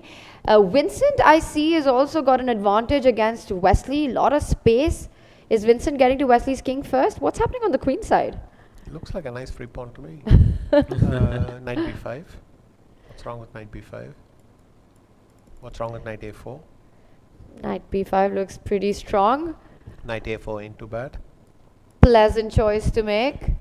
Enough time to make it. He chooses the former. Knight b5 on the board. So Vincent in control in this one. Sehaj. Absolutely. Now let's move on to Nihal versus Pragg, because Pragg seems to be doing really well in this game. He's managed to push that bishop to f3 and Wait. oh, Nihal quickly gone. sacks an exchange. And he. Oh, because he was going to interpolate knight d5. Okay. Okay. Can you explain that? Because I didn't follow it. He played bishop g2, saying that if I do okay. this, I can start with this, take the rook, and then with check, and then Got take it, the got bishop. it. So Nice. So bishop g2, he could not have taken on e2, and he trades, and this is what we have right now. And what's our evaluation here? Why does the bar like Pragg's position, Vishy? If you can break that down for us.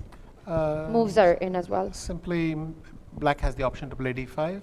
Black also, this I think if the pawn is on h2, it'll be more acceptable for black, but here, for white rather, but here the pawn is weak, which means this pawn is weaker. Yes. So this pawn g3 is just a bit softer, it's only supported by one pawn. f2 is necessarily the base of that, and so. So he did go for that. He puts a bit of a hold on that g3 pawn, and we've got some moves, and this is the position. And rook takes pawn is possible right now. Yes, because the queen's stuck on f1. Yes, So rook takes g3. rook takes g3, and you would go for this line. By the way, rook takes g3 has happened on No, the board. no, I think you take with a knight just to stop f g3, but Yes. anyway. Tanya, that looks very interesting, but rook takes g3 has happened on the board actually. That's the line we were looking at. So rook takes queen, knight takes rook, and attacking the g3 pawn. 8-6 played, and this And is what if we have. Vincent plays queen c5, it might be over. All right, let's. Vincent Ha- seems to be. So we completely wrap winning. this up as Pragg's doing well here Yes. with the extra pawns with the queen.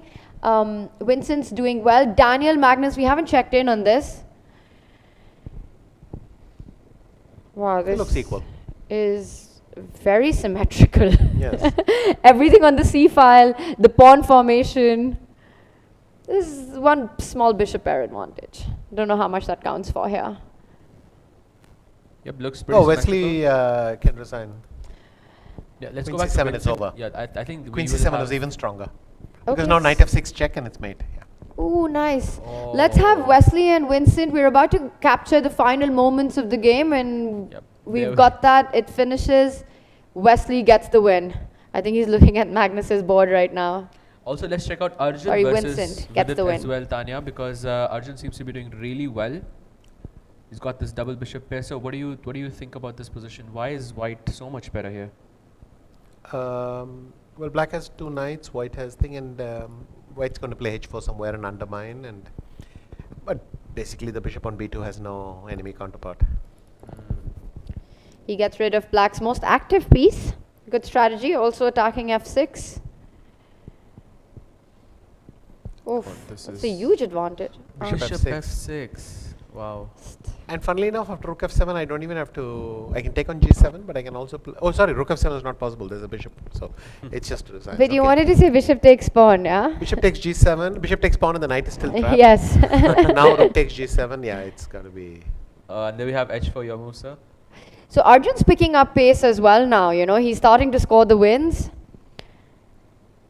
And 6 seconds for him. Vidit, let's get a close up on our players here because Vidit's playing on his last second every move.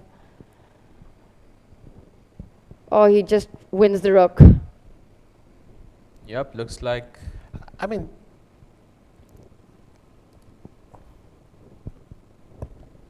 Yes? no, I realized White still has a rook on g1. I thought he had blundered it. So. So this is likely to be an Arjun win. Nihal versus Pragg. Nihal Pragg seems to be Yes. doing really well this. I think he's just completely. Yeah, Pragg is winning. Pragg is just completely Because winning. he's queening. Are we going to see another queen on the board? the way- Nobody's stopping this one. Yes, Sahaj? By the way, a quick update. Daniel Dubois versus Magnus Carlsen has ended in a draw, and I think the other game is Pragg, and yeah, that's the only game left. Wait, this is finished, and the last game is Arjun versus Vidit. That's Which the he has only game won. left. Is that already finished? Isn't it? There's e8 coming, so yeah. I think Just he'll- now. I think he just resigned right now. Also in the women's section, Tanya, Valentina has actually defeated Nana again, and so that's her second win in a row, which I think is very, very good. And the last game is between Divya and Goryachkina. This is a Wait, is this Straight game off. still on? this is the only game left in the women's section. Yeah. Oh, they're Actu- still playing, yes. Tanya, don't you think this match actually finished particularly earlier than the previous ones? It did go really quickly. But coming to this end game, White is about to pick up the d4 pawn.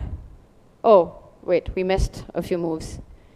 And it ends with a king and king. So Divya's picking up her pace as well, just like Arjun. You know, she's scoring a few wins, keeping it solid against Goryachkina, and draws her game.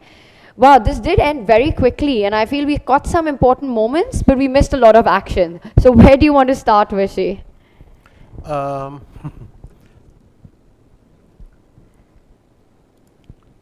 Let's go to Arjun and Vidit. Yeah. So this apparently is a blunder. Oh, this is a very cute tactic. Knight D5. takes g5, knight takes g5, bishop h4, because there's no way you can play Oh, f6. yes, f6. Oh, That's The nice. king is pinned. But anyway, that didn't happen. Why don't people take that bishop anyway? Knight e8. Oh, and the bishop comes to the most lovely square and it's got a Yes. great diagonal. And this is basically resigns already. So You say resigned already in a position where I see extra material. I see the piece activity. I see the bar. So it's really interesting to be that. fair, there is g4. Did he play g4? He didn't. What could he? Could he have done g4? Not terribly G4 impressed, is, but anyway. no, it's a good move though. Just breaking, and Yeah. e4 is under He attack. went there, and now rook c5, which apparently he doesn't like either. Maybe knight b5 or knight d6 or something. Anyway, Or the idea of knight knight. b5. C5 is a nice. Knight b5 with the idea of bishop to f6 would be very strong. But by now, players were already under 20 seconds. And then I think he traded off this knight on f4, and then had this concrete tactic of bishop takes pawn, and we saw it from and here. and this is over, yeah. Yes. And then he just wins everything. Also a nice move, undermining the knight. But already he didn't need it. He could just take on b7, and it's kind of okay. Looks Anything really else good. you want to pop by? Maybe we can hop on to the women's section because I really want to check the game between Valentina and Nana because that was that finished really, really fast, like in the first 5 minutes itself. Oh wow. Okay, let's take a look at that. Was this just a blunder? I think maybe it was just the last move. Hey, what happened? Maybe bishop d4 is winning. I don't know. Can we just go from the top and see Yes, what was at the some- yeah, maybe there from- here. So Okay. But bishop c6 was unnecessary because you're just provoking d5, which is probably good. You can go queen a6 and Some sort of a balanced. I don't yeah, want to it call is it better balanced. for white, but maybe not overwhelming. Just a nicer pawn formation. So we had a trade and still looks nice for white. Wins a pawn. Yeah, but traps that rook temporarily. This is So No, rook takes pawn, d6. D6, yes. This looks really scary. So can I go rook e8 maybe? Yeah. Yeah. And apparently this is, white should not have allowed this. Oh really? So sir, just for my understanding, can I go rook a8 check and d6? Yeah. But Does that change anything or no? Not King really. f7. That seems to keep the advantage, and so that's what it wants to do. How are you even stopping this pawn? I'm trying to understand that. Maybe rook e8 anyways. Yes. But maybe rook e1 check is a nice advantage. Yeah, this looks a bit. Yeah. It still looks like yeah. So this was the Nice one. moment where things could have gone another way, and then finally this blunder just. Do you think she resigned after playing rook d8 because of bishop d4? Is that the best? So bishop Yes, d4 it didn't is. happen on the board. It didn't. She just resigned Oh Okay. wow. and loses the f pawn, and then everything falls. So understandable. And Sahaj, should we just take a look at Nihal versus Pragg? Yeah, let's do that. We saw the end of this, but missed the action. You know, yeah, around here is when he won the queen for the 2 rooks. And this is nice because it's very hard to coordinate the 2 rooks, especially when you're defending these 2 pawns on c3 and d3. So always a nice thing. In fact, if black can't think of anything, black can play b5, a5. All sorts of useful moves are nice. Yes. So Pragg is rerouting that knight to a nice square. And you can see nicely is outplayed. Now he can start probing these queenside pawns, queen a6, b6, all that. But he does it with his pawns. Creating a weakness. And now the breakthrough, and that's it. Okay. Nicely very, done. Very nicely done, yeah. Very professionally converted. So that was Pragg and Nihal. We didn't see much of how Daniel and Magnus drew. I think it was a very balanced game, a very symmetrical and not a Yeah. fun one at all. Very similar to what happened in the rapid encounter. True actually. I think we already saw Arjun versus Vidit. Have we In checked? the rapid encounter, actually, Magnus got a huge He edge, got that and rook pawn ending which he was trying to push, but he won, right? no, they drew in the end, no? Magnus oh wait. and yeah, Daniel. they No, did. he won, won. you're Had like right. a 3 out of 3, and this was the 3rd round. I think. No, you're right. He won that rook pawn ending. He won the rook pawn finally. ending. He Yeah. won the pawn on the queen side when king c4 and Yeah, the position, the game was quite dull. yeah, but he and just, then you know, he had that. Yes. So this maybe just this game because the end position looks. We actually saw this, and this was a tactic you were pointing out, and Yeah. perhaps we can break that down a little bit. But let's take it from the top.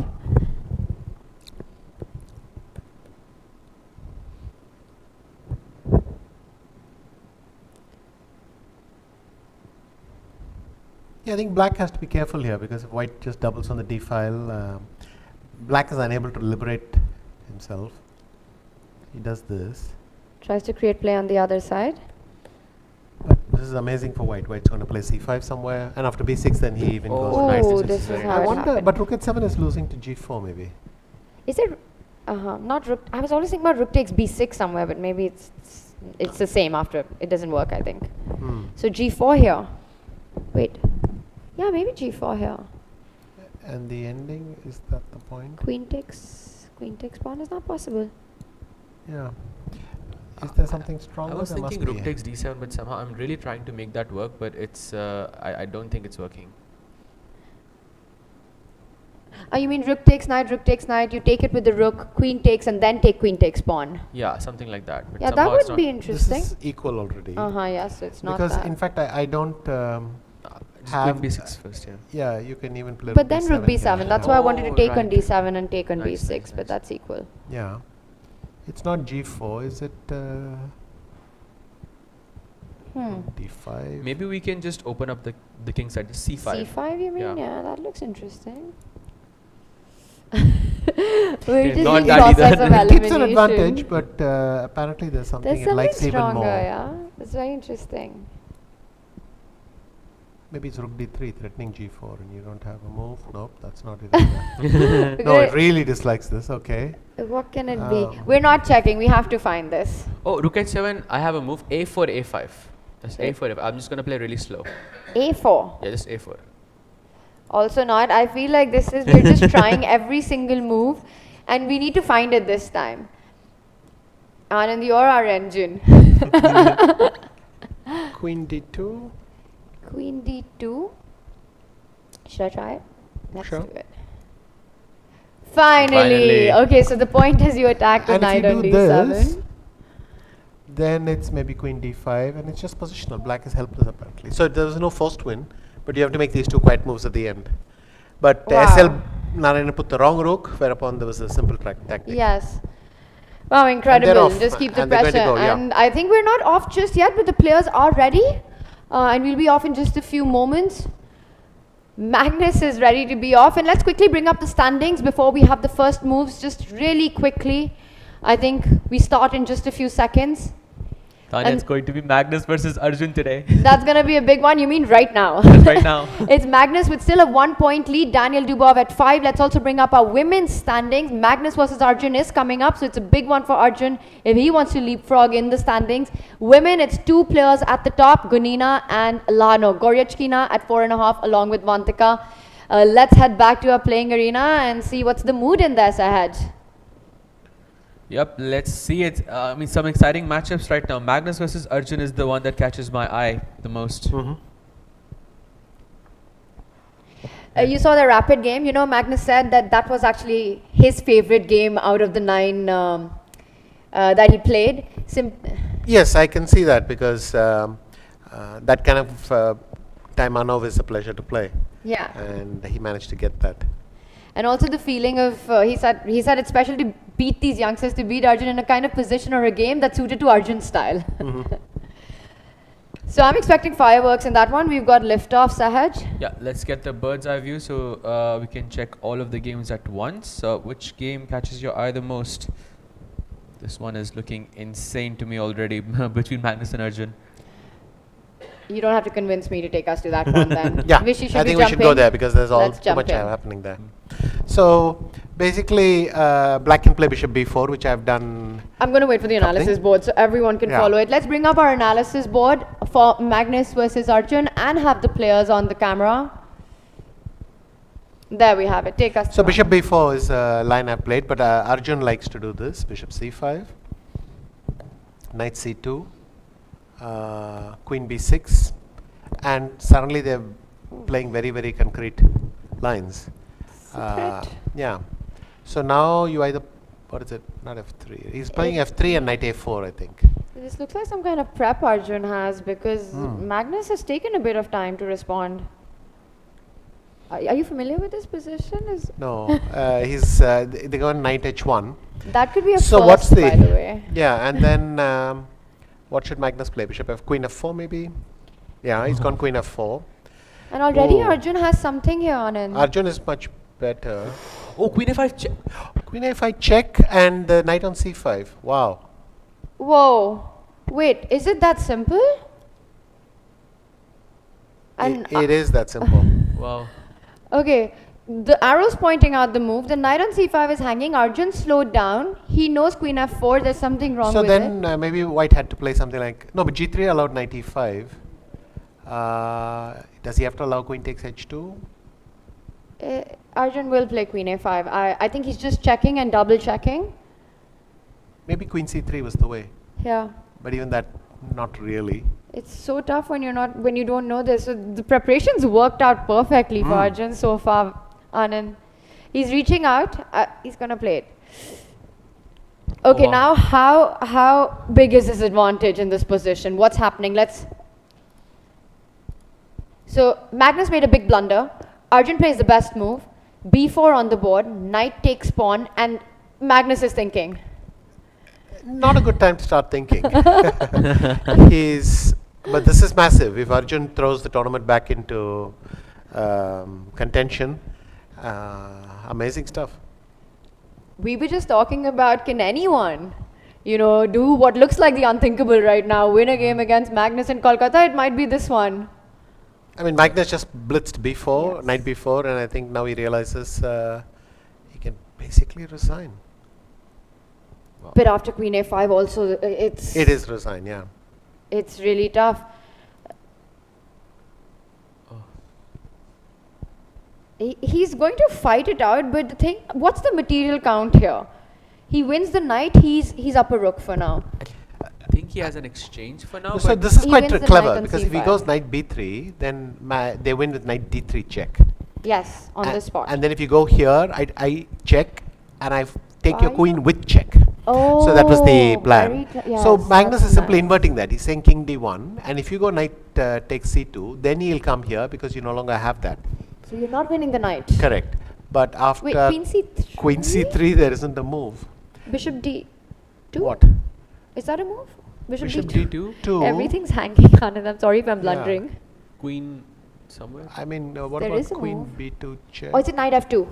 No, knight f2. Knight f2, king a2 is for the moment playable. Okay, we've got moves, so we might be seeing this because he went knight f2 check directly. Now some more moves have been played after this. Okay, knight f2 check. White has to go king e2. Yes, it That's what happened. he played. Yeah. And he took And then the he's knight. just going to take on c5. No, he took on knights. c2 first. Okay. Oh, because queen e1 is mate. Ah, beautiful. That's nice. So he's Ooh, inverted yes. that move. What is he can't capture anything? Oh, that is very Oh. clever of Arjun. Magnus might be resigning right yes, now. he will because be. Let's get a full screen of our players because this is a big moment. Knight takes c2, and Anand, if we can just, is knight c2? This is the live board, right? Yeah. No move has been played. No. This is not the live No, board. let's Some more just moves have check. I think Magnus is just going to resign. He played bishop e3. Knight c2. He picked up the rook. And now Queen Queen e5, e5. trying to look for tricks. Queen gives a2, it- bishop d2. And this is what we have. Yeah.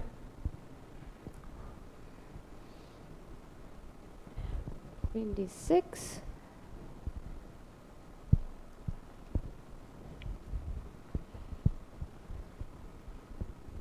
I see 2 extra rooks for black. Rishi, what's going on? Yeah, I see them too. Okay, Magnus is on kamikaze mode right now and he resigns. Arjun Erigaisi wins against Magnus 20 moves. Magnus just made it to move 20. with the black pieces. That's right. Wow. So clearly Magnus just forgot something in his prep because well, he played something very fast, and then next thing you know, I mean, knight f2 is the kind of move which is so intuitive that after knight a4 you figure, well, queen c7, knight c5. Normally your impression is white's doing well. Yes. In fact, I also suggested queen f4. I simply missed queen a5. But for Magnus to enter this line and do it is kind of It was this bizarre. moment, right? And this position is equal. Yes, but Magnus has to probably really find the right move right now. Yeah. Because queen f4 and it all just collapses. Missing queen f5. And we'll do a deep Maybe dive. it's into f4. Maybe it's f4. f4, let's check. Yeah. And you're It of is course. F4. Of It course, is you're right F4. about It is this as well. f4. But Anand, you'll explain to us why f4 after everything is over. Okay. Because we have to jump back to the action. Because the tournament is suddenly wide open for the field as Magnus suffers his first defeat. Saj, I shall we also look see at- Nehal is Yeah, has Wesley Nehal is where I was gonna go as well. Double bishop versus double knight. So what do you think about this position? Well, Wesley's lost. it's also a He's few got an extra hedge pawn, yes. which is doubled, but it's still a thing. But he has got 2 bishops and this. Yes. I very mean, pleasant Wesley is advantage. not lost like he's going to lose immediately. But if I play h5 and then f4, you'll have to allow my rook into g2, and this is not going to end well. Yes. So h5 controlling the g4 square. Nehal Serene looking good. He's got 17 seconds and Wesley's just made a big blunder. What has he missed? f4? Yes. Yes, f4. F4. f4 Nice line. directly. g2 square. The rook is coming in. And now e4 wins. Ooh, that's actually a... But he's going to play rook g4 winning, which is also. Yes, he does it. But this I don't like so much because white can blockade on e4. With the king Knight and the f2. knight. And this I don't know if it's even good what he did. Why is he going to d2? He should go to e2, f3 and. My god, Wesley's going to escape this. Whoa. But that's This 2 makes no extra sense. pawns. But how do you break the blockade? Oh. So Nehal has made an important step, which is to. I would have to play knight d3 here. So my aim is to come to f3. Yes. But if you monkey around here, I just play c4 and I start to create a pass pawn over here. On the queen side. So this So is white this is side, quite yeah. nice, but he actually went for king f3 instead and put his knight on e4. This was I think initially your Yeah, plan. initially your Yeah. plan when you were going via the E2 square. And it's maybe he'll play e4 check and king e5 somewhere. Is this some kind of a fortress that White has created in the center that you can't break through? Wow, Wesley about This is to a good survive. moment to play e4 check and king e5, and then at least your king goes that way. Give up the pawn for activity. Because there's no way without it. No progress. By the way, another quick update. Nodirbek just defeated Vincent Keimer. I mean, he's definitely coming back into the field, yeah? This is his, I think, third win in a row. And what about the Pragg game as well? We'll take a look at the games that we missed out on, but I see Pragg is playing against Daniel and both are under 5 seconds. Yeah. Well, Pragg is trying to claim that he's better, but it doesn't seem self-evident. But he's got such a big space advantage with the king that he's...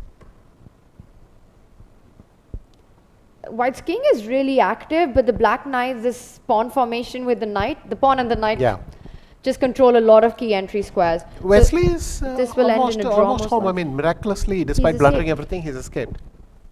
So can we say that draw is very likely in this one with Pragg and... Yeah, but what I would really like to say is that... if we go in the game? Yeah. Yes, we are here. Yes, Let's go back a little bit. And if we can have just Wesley if he played and Nehal on e4, the it's board. game resigns. Yes, this was So a this is a critical pity, yeah. moment. Because Nehal could have just wrapped it up. Yeah, there. he went for something fancier, but it doesn't work. You still have work to do and it got complicated. So this How's is fancy been working out for us, Tanya? I don't think we have Fancy? managed any fancy... You know, you had a very fancy shirt on the other day, Anand. Yeah, but I mean, in terms of moves, whenever we suggest something fancy, it turns out to be bad. So maybe usually you just got to keep your... Yes, keep it simple.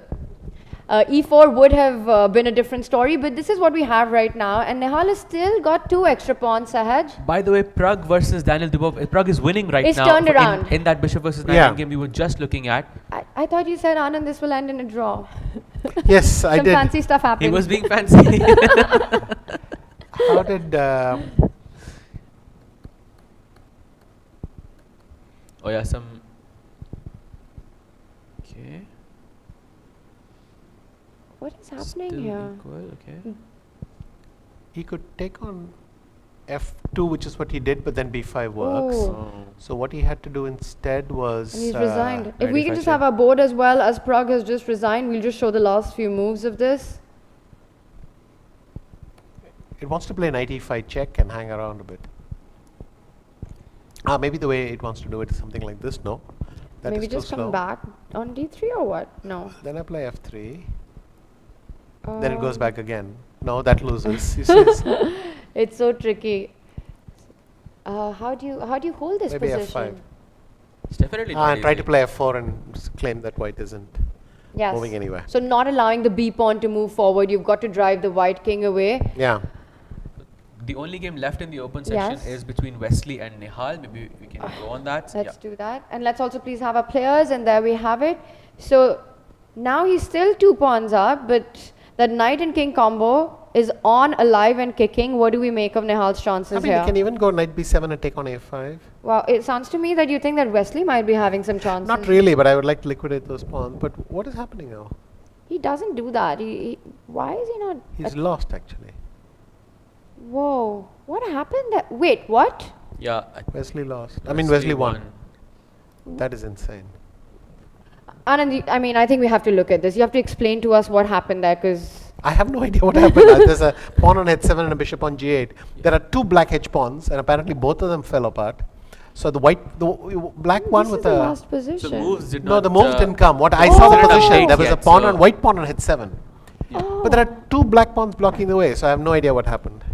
Oh, we don't have a board updated for some reason, so we don't know what happened there. Yeah, that's a bit of a shocker, but Wesley comes back and makes a comeback, and that one gets the win in, and that was our final game. In the women's, Sahaj, any... In the women's section, Valentina actually defeated Divya, I believe, no, sorry, Vantika with the black pieces. She's leading the event Lagno alongside beat Lagno. Harika. And Lagno beats Harika, yeah. So they are leading the event with 6 out of 8.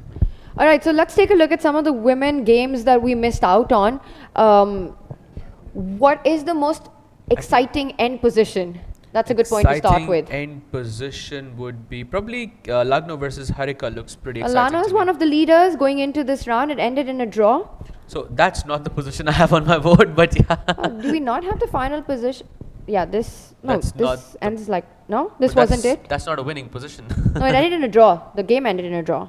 But this is Katrina against Humpy. You should be That's looking at Katrina Katrina against against Wait, am I? Harika. Oh, Yeah, It's round up 8, there. yeah, there we go. are. There we now have it. we yeah. have it. Look at that. Yes, that made a lot more sense. Anand, if you can take us through this game. Sadly, Okay, this so was the French Steinitz. defense. Oh, she took on c5, okay.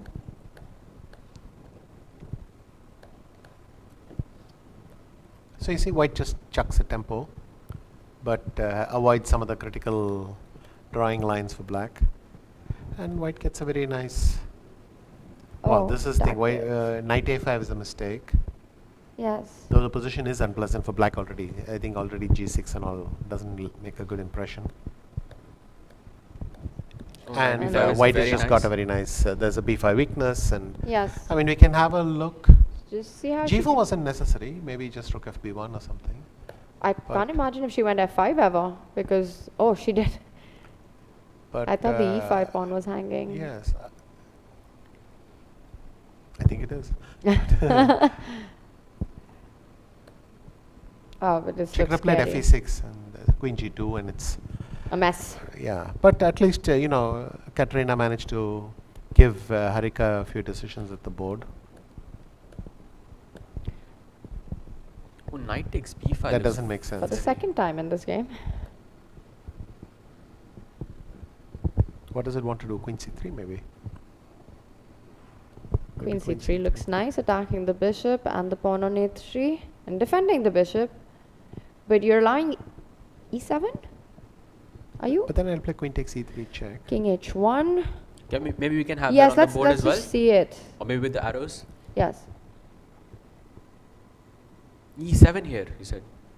It's just an option. King h1. Is there knight f2 check here, sir? Yeah. Because, that's for equality. I was just seeing if I had anything more. Nice. Yeah. And if you do this, I come here in the end and pick And up that win the bishop, a4 bishop.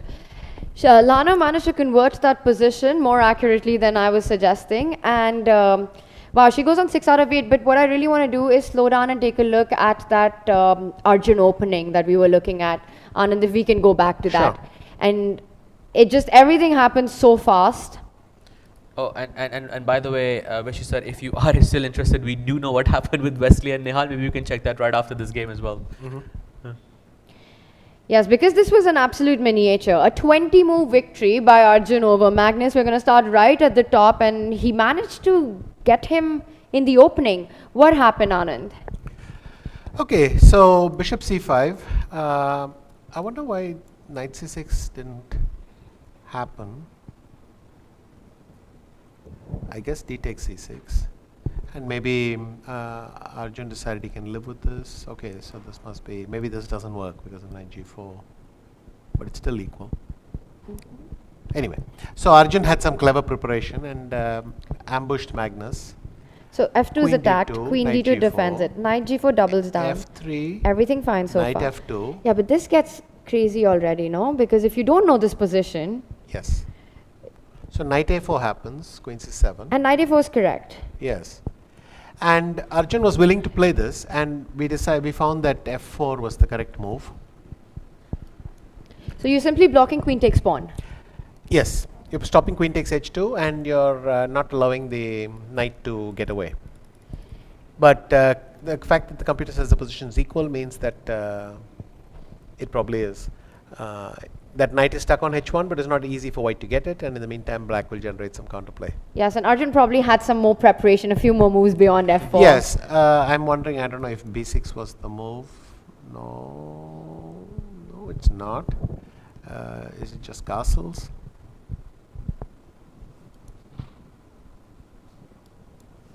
Okay, f4 castle. Can I go g3 here, sir? Or maybe I still want to take that knight on h1. I don't know, maybe he wants to go d5. That looks very that's scary. very nice, just to Looks blow up very the... scary, yeah. That's center. actually a scary position to face in a blitz. Totally. So we very Very good shot selection by Arjun. so Yeah, to speak, very yeah. smart opening preparation. Very And much. this is what Wesley said when he was with us as well, that Arjun has this 1,000,001 opening ideas. And even if objectively they're questionable, sometimes it's so difficult to fight it over the board. Yes, and in Blitz especially, this is well. I mean, he beat Magnus, so It's a huge asset to have. sure. Wow.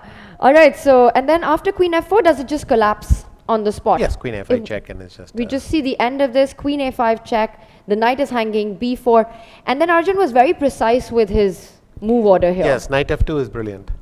And the point is?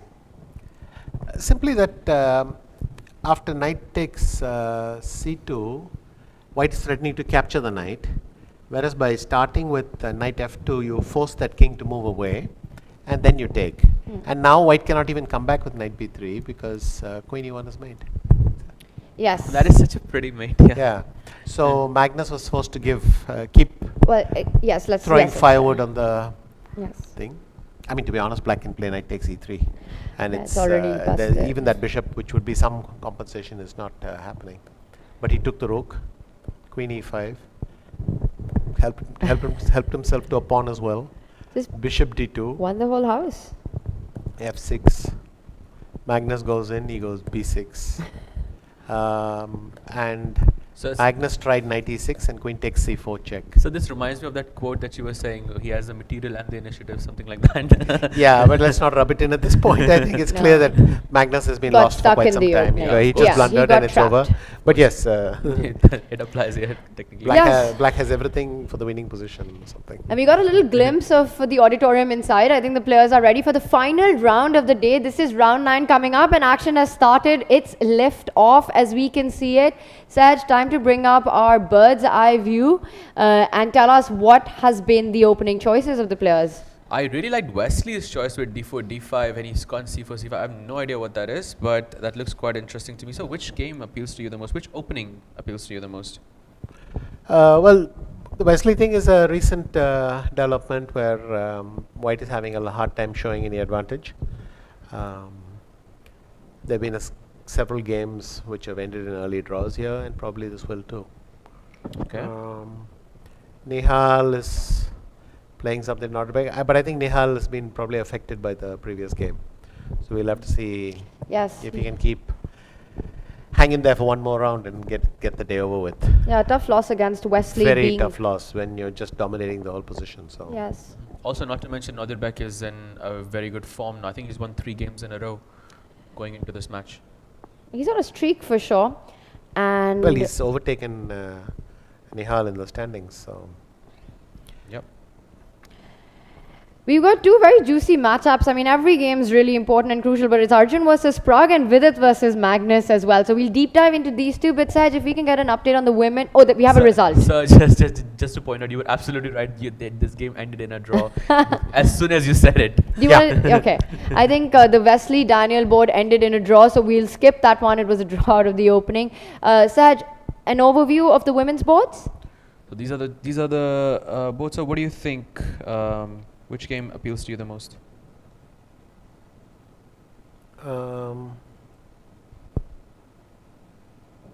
I think Kosteniuk against Goryachkina is going to be a fun game. Also, Vaishali against Nana is going to be fun because white's got everything ready to play H4, and there's a knight on G6 and so on. That looks really nice indeed. Vaishali's game is the bottom Pragg, left corner. Arjun is chucked a pawn against Pragg. Let's head to that. Go to And that. basically saying He's just done Arjun ready things. for battle, yeah. All right. Maybe we just take it really quickly from this point. So it was, I don't know, it was a Queen's Indian, Nimzo Indian. What happened? How did it was a Nimzo Indian. Which just really quickly, I'll get us up to date with where we are. It started with this, well, it's not the most trendy Nimzo approach, but an interesting one by E4, Arjun. yeah. And then, well, it's literally he was willing to sack a pawn. I don't know why G4, why not I rook see. G8? Incredible offbeat opening ideas he keeps finding, Arjun. Yeah. It's always fun from the start, his games. Yeah, it's always. This is maybe slightly, well, I was going to say pleasant for white because some bishop f4, maybe you get a pawn for this, but computer doesn't seem happy. It wanted to play what instead? Bishop f4 or something? Or No, I didn't want to play bishop f4. Maybe just long castle. Also not really. Anyway, we'll get Yeah, to the it later. margin's so little. But I don't. It's not. I think Pragg And what's the live is board? probably quite happy with the way the opening shaped up. Attacking the queen, refusing the trade, and this is what we have. So you're saying Pragg should be pleased with the opening outcome here. Yes, he can go king e7. He can castle long. Ooh. Both are nice. The Bonk Cloud King one more time. All right, let's He makes check. a return. Maybe we can have a quick look at Nehal versus Nodirbek once again, Let's because do it looks it. like Nodirbek is getting into a good position. So what do you think about this position? This is the last move played. I mean, I think you have to play d4. Because if you go d4, I don't know if I take, whether knight c4 is any good, or I can play knight takes e4, but I don't think black is. This one it doesn't like for some reason. Maybe Some queen bishop. d5. Okay, no, bishop d5 is not possible. Queen d5, yeah. Yeah, queen d5 is nice. So maybe just take with the pawn. Yeah, he actually took that positioning on the board right now. So after d takes e4. So not allowing the double attack at the end of that line on the 2 pawns. This is what we have. You know, the bar says it's balanced. I find dynamics in both. Vishy, would you rather be white or black here? Also, the clock's pretty balanced. Yes, but e3 is a rather big threat. So I think I would rather be black. Yeah, seeing e3 come in, the moment you point out, it's something that white needs to be mindful about. Saj, let's check in with the Magnus board. Let's do that. And also just a quick update, the match between Harika and Hampiji has already ended in a draw.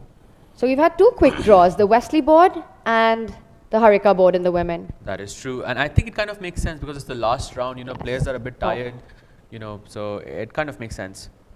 So we're on the Magnus board. What is this position? Something has been traded off on h4.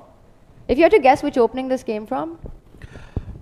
Not that easy. Not the Bonk Cloud. No, I know what it came from Oh. because I saw an earlier position. It was a Catalan, where Magnus pushed his pawn to a4 and they were doing something unusual. Oh gosh, I would not have But guessed this looks, Catalan here. this is very nice for white. Okay, d1 and then Trades. this is not at all great for, I mean, I think knight e3 or perhaps e5.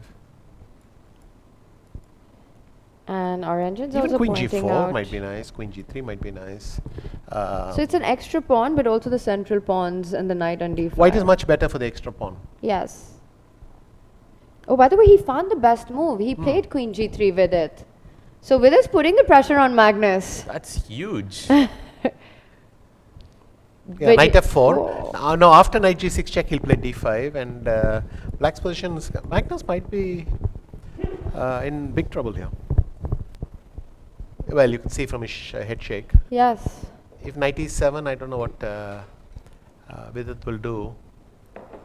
Perhaps knight h5. So he's gone king perhaps knight g8. d3. He's dodged the check with king g8.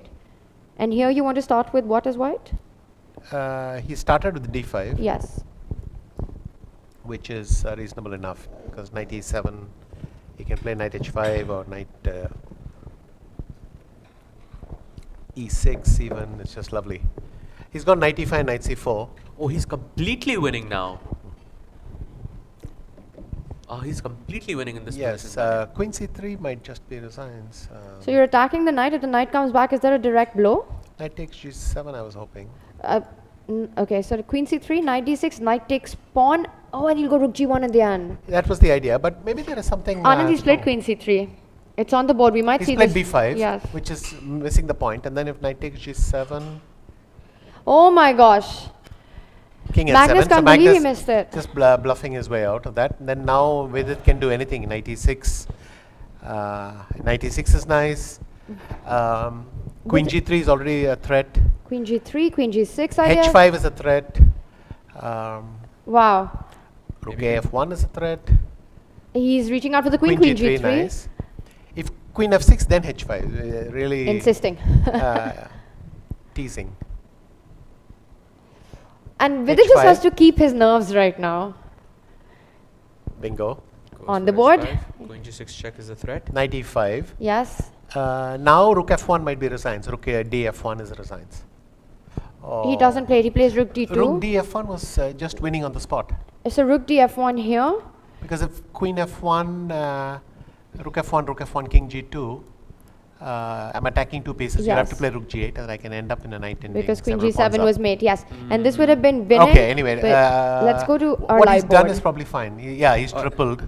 Yes, and queen e4. Oh no, it looks What like happened? It looks like the advantages has slipped away. Oh, that is sad. Oh my god. But still, I think in this rook ending, he has still some chances, right, sir? Rook ending Not the against way he's doing Magnus. Oh, the rook is activated. He No, survived he's this. He's drawn saving bloated, this. Yes. He must have missed a win. Yes, but Yeah, there must be.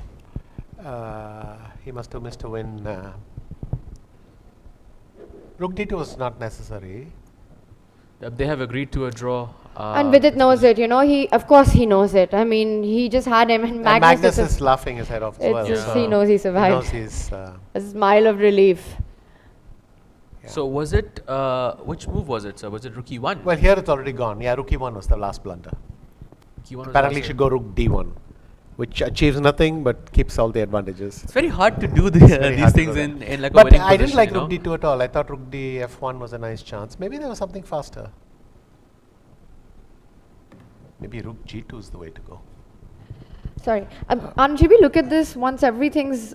Oh, maybe everything has ended. No, we still have a game. Okay, yeah, in the open section, everything else is finished. In the women's section, we still have Yeah, a game oh, then between we should go Vaishali there. and Nana. Yes. Oh, that's a very interesting position, sir. Well, Vaishali is completely lost. I mean, it's 3 pawns. Here we for- have it. Yeah. So Vaishali has an exchange, but Nana's got 3 pawns on the bishop, so that's not even an exchange. You do the math, that's 6 points versus 5. But the pawns, are they moving forward? Not that easy to move them forward. But Nana's now bishop a5 is the way to go. And Okay, bishop she's gone d8. Bishop d5. You want to give a check from here. Yeah, and evict that king. Oh, now it's over. Yes. Just Now the it's pawns. over, yeah, yeah. The breakthrough has happened. And now d3 check and. And the pawns are moving forward.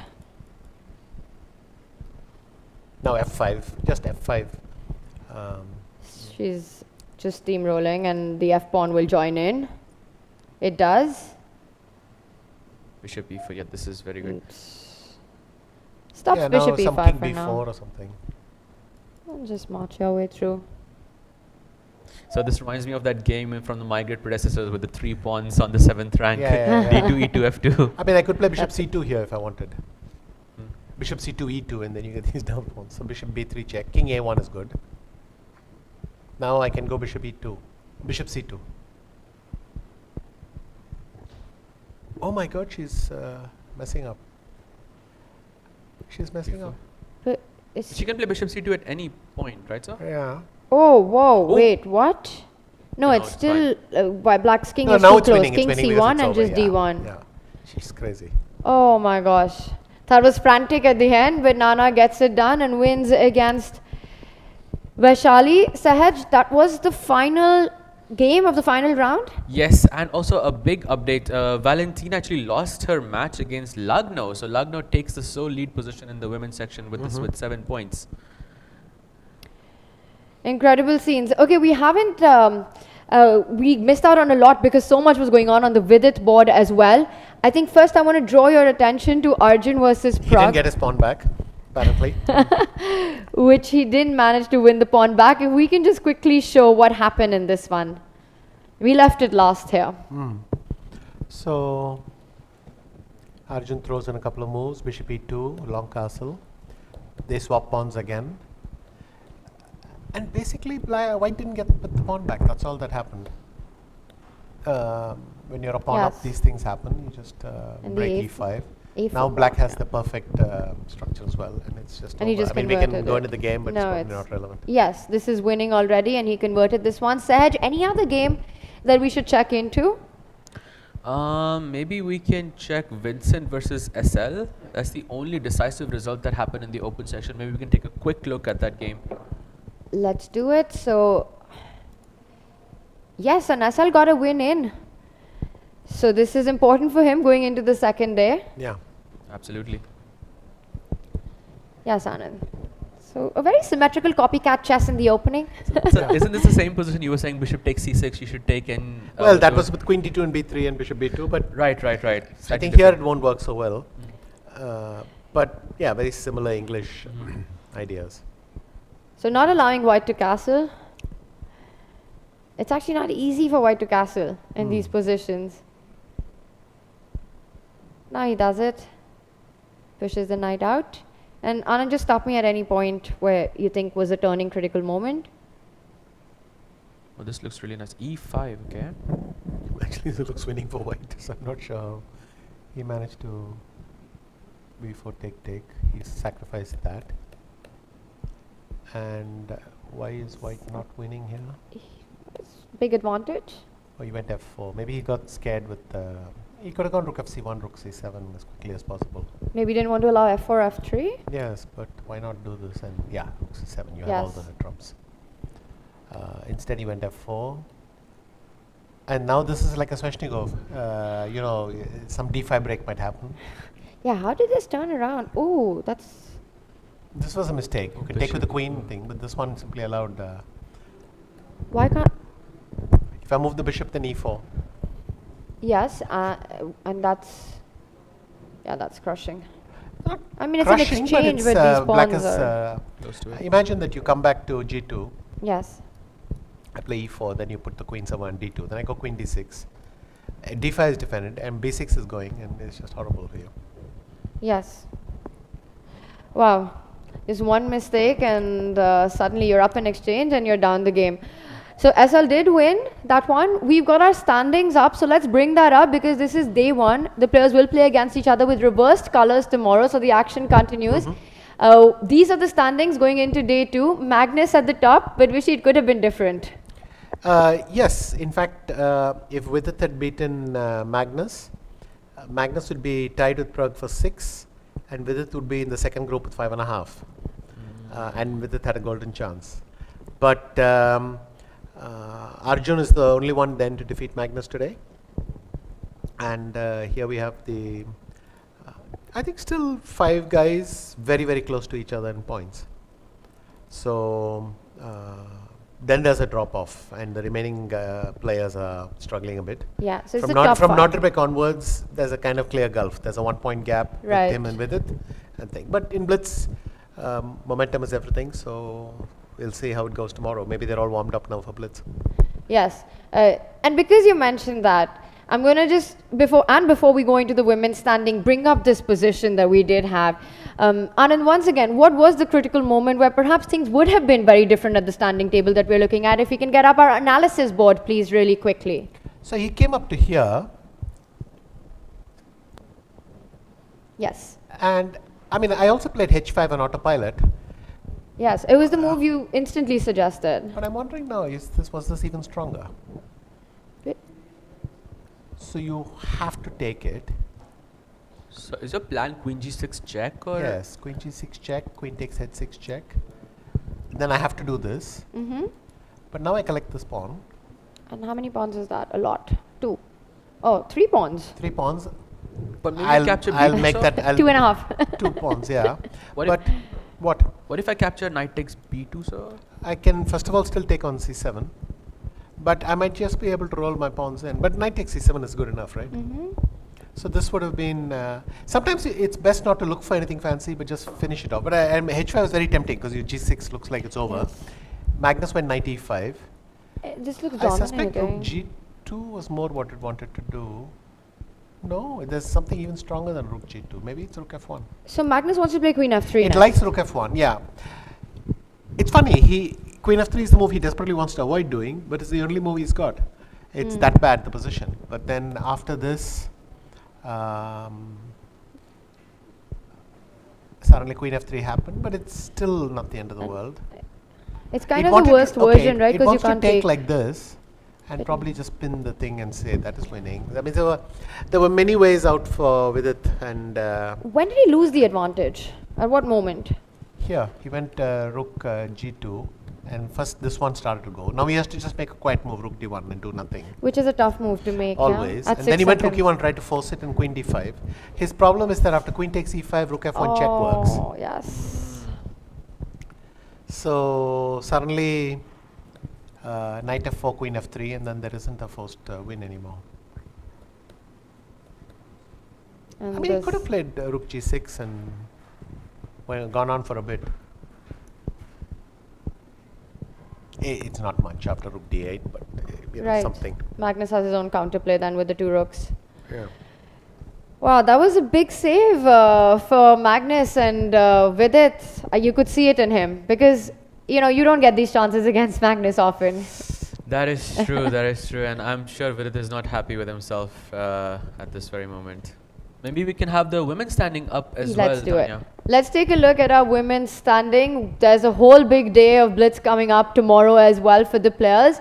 And this is where we are in the women's. You've got Katrina with a big... Actually, this is a completely different story from the men's. Yeah, she's got a stonking big lead. 1 point drop to the next one, 1 point drop again. And then our three Indians all on 4.5, which is exactly 50%. Yes. So, in Blitz, you can't rule any of them out.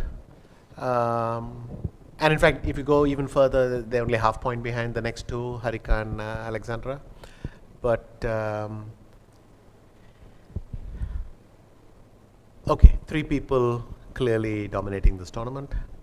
Yes. But 9 rounds... But really, it's Katrina that's- and like, they're just far ahead. Lano and Gunina. A lot has to turn around tomorrow for it to be a field wide open for the championship fight. But Divya, she's picked up her pace in the Blitz. She is right now at 4.5.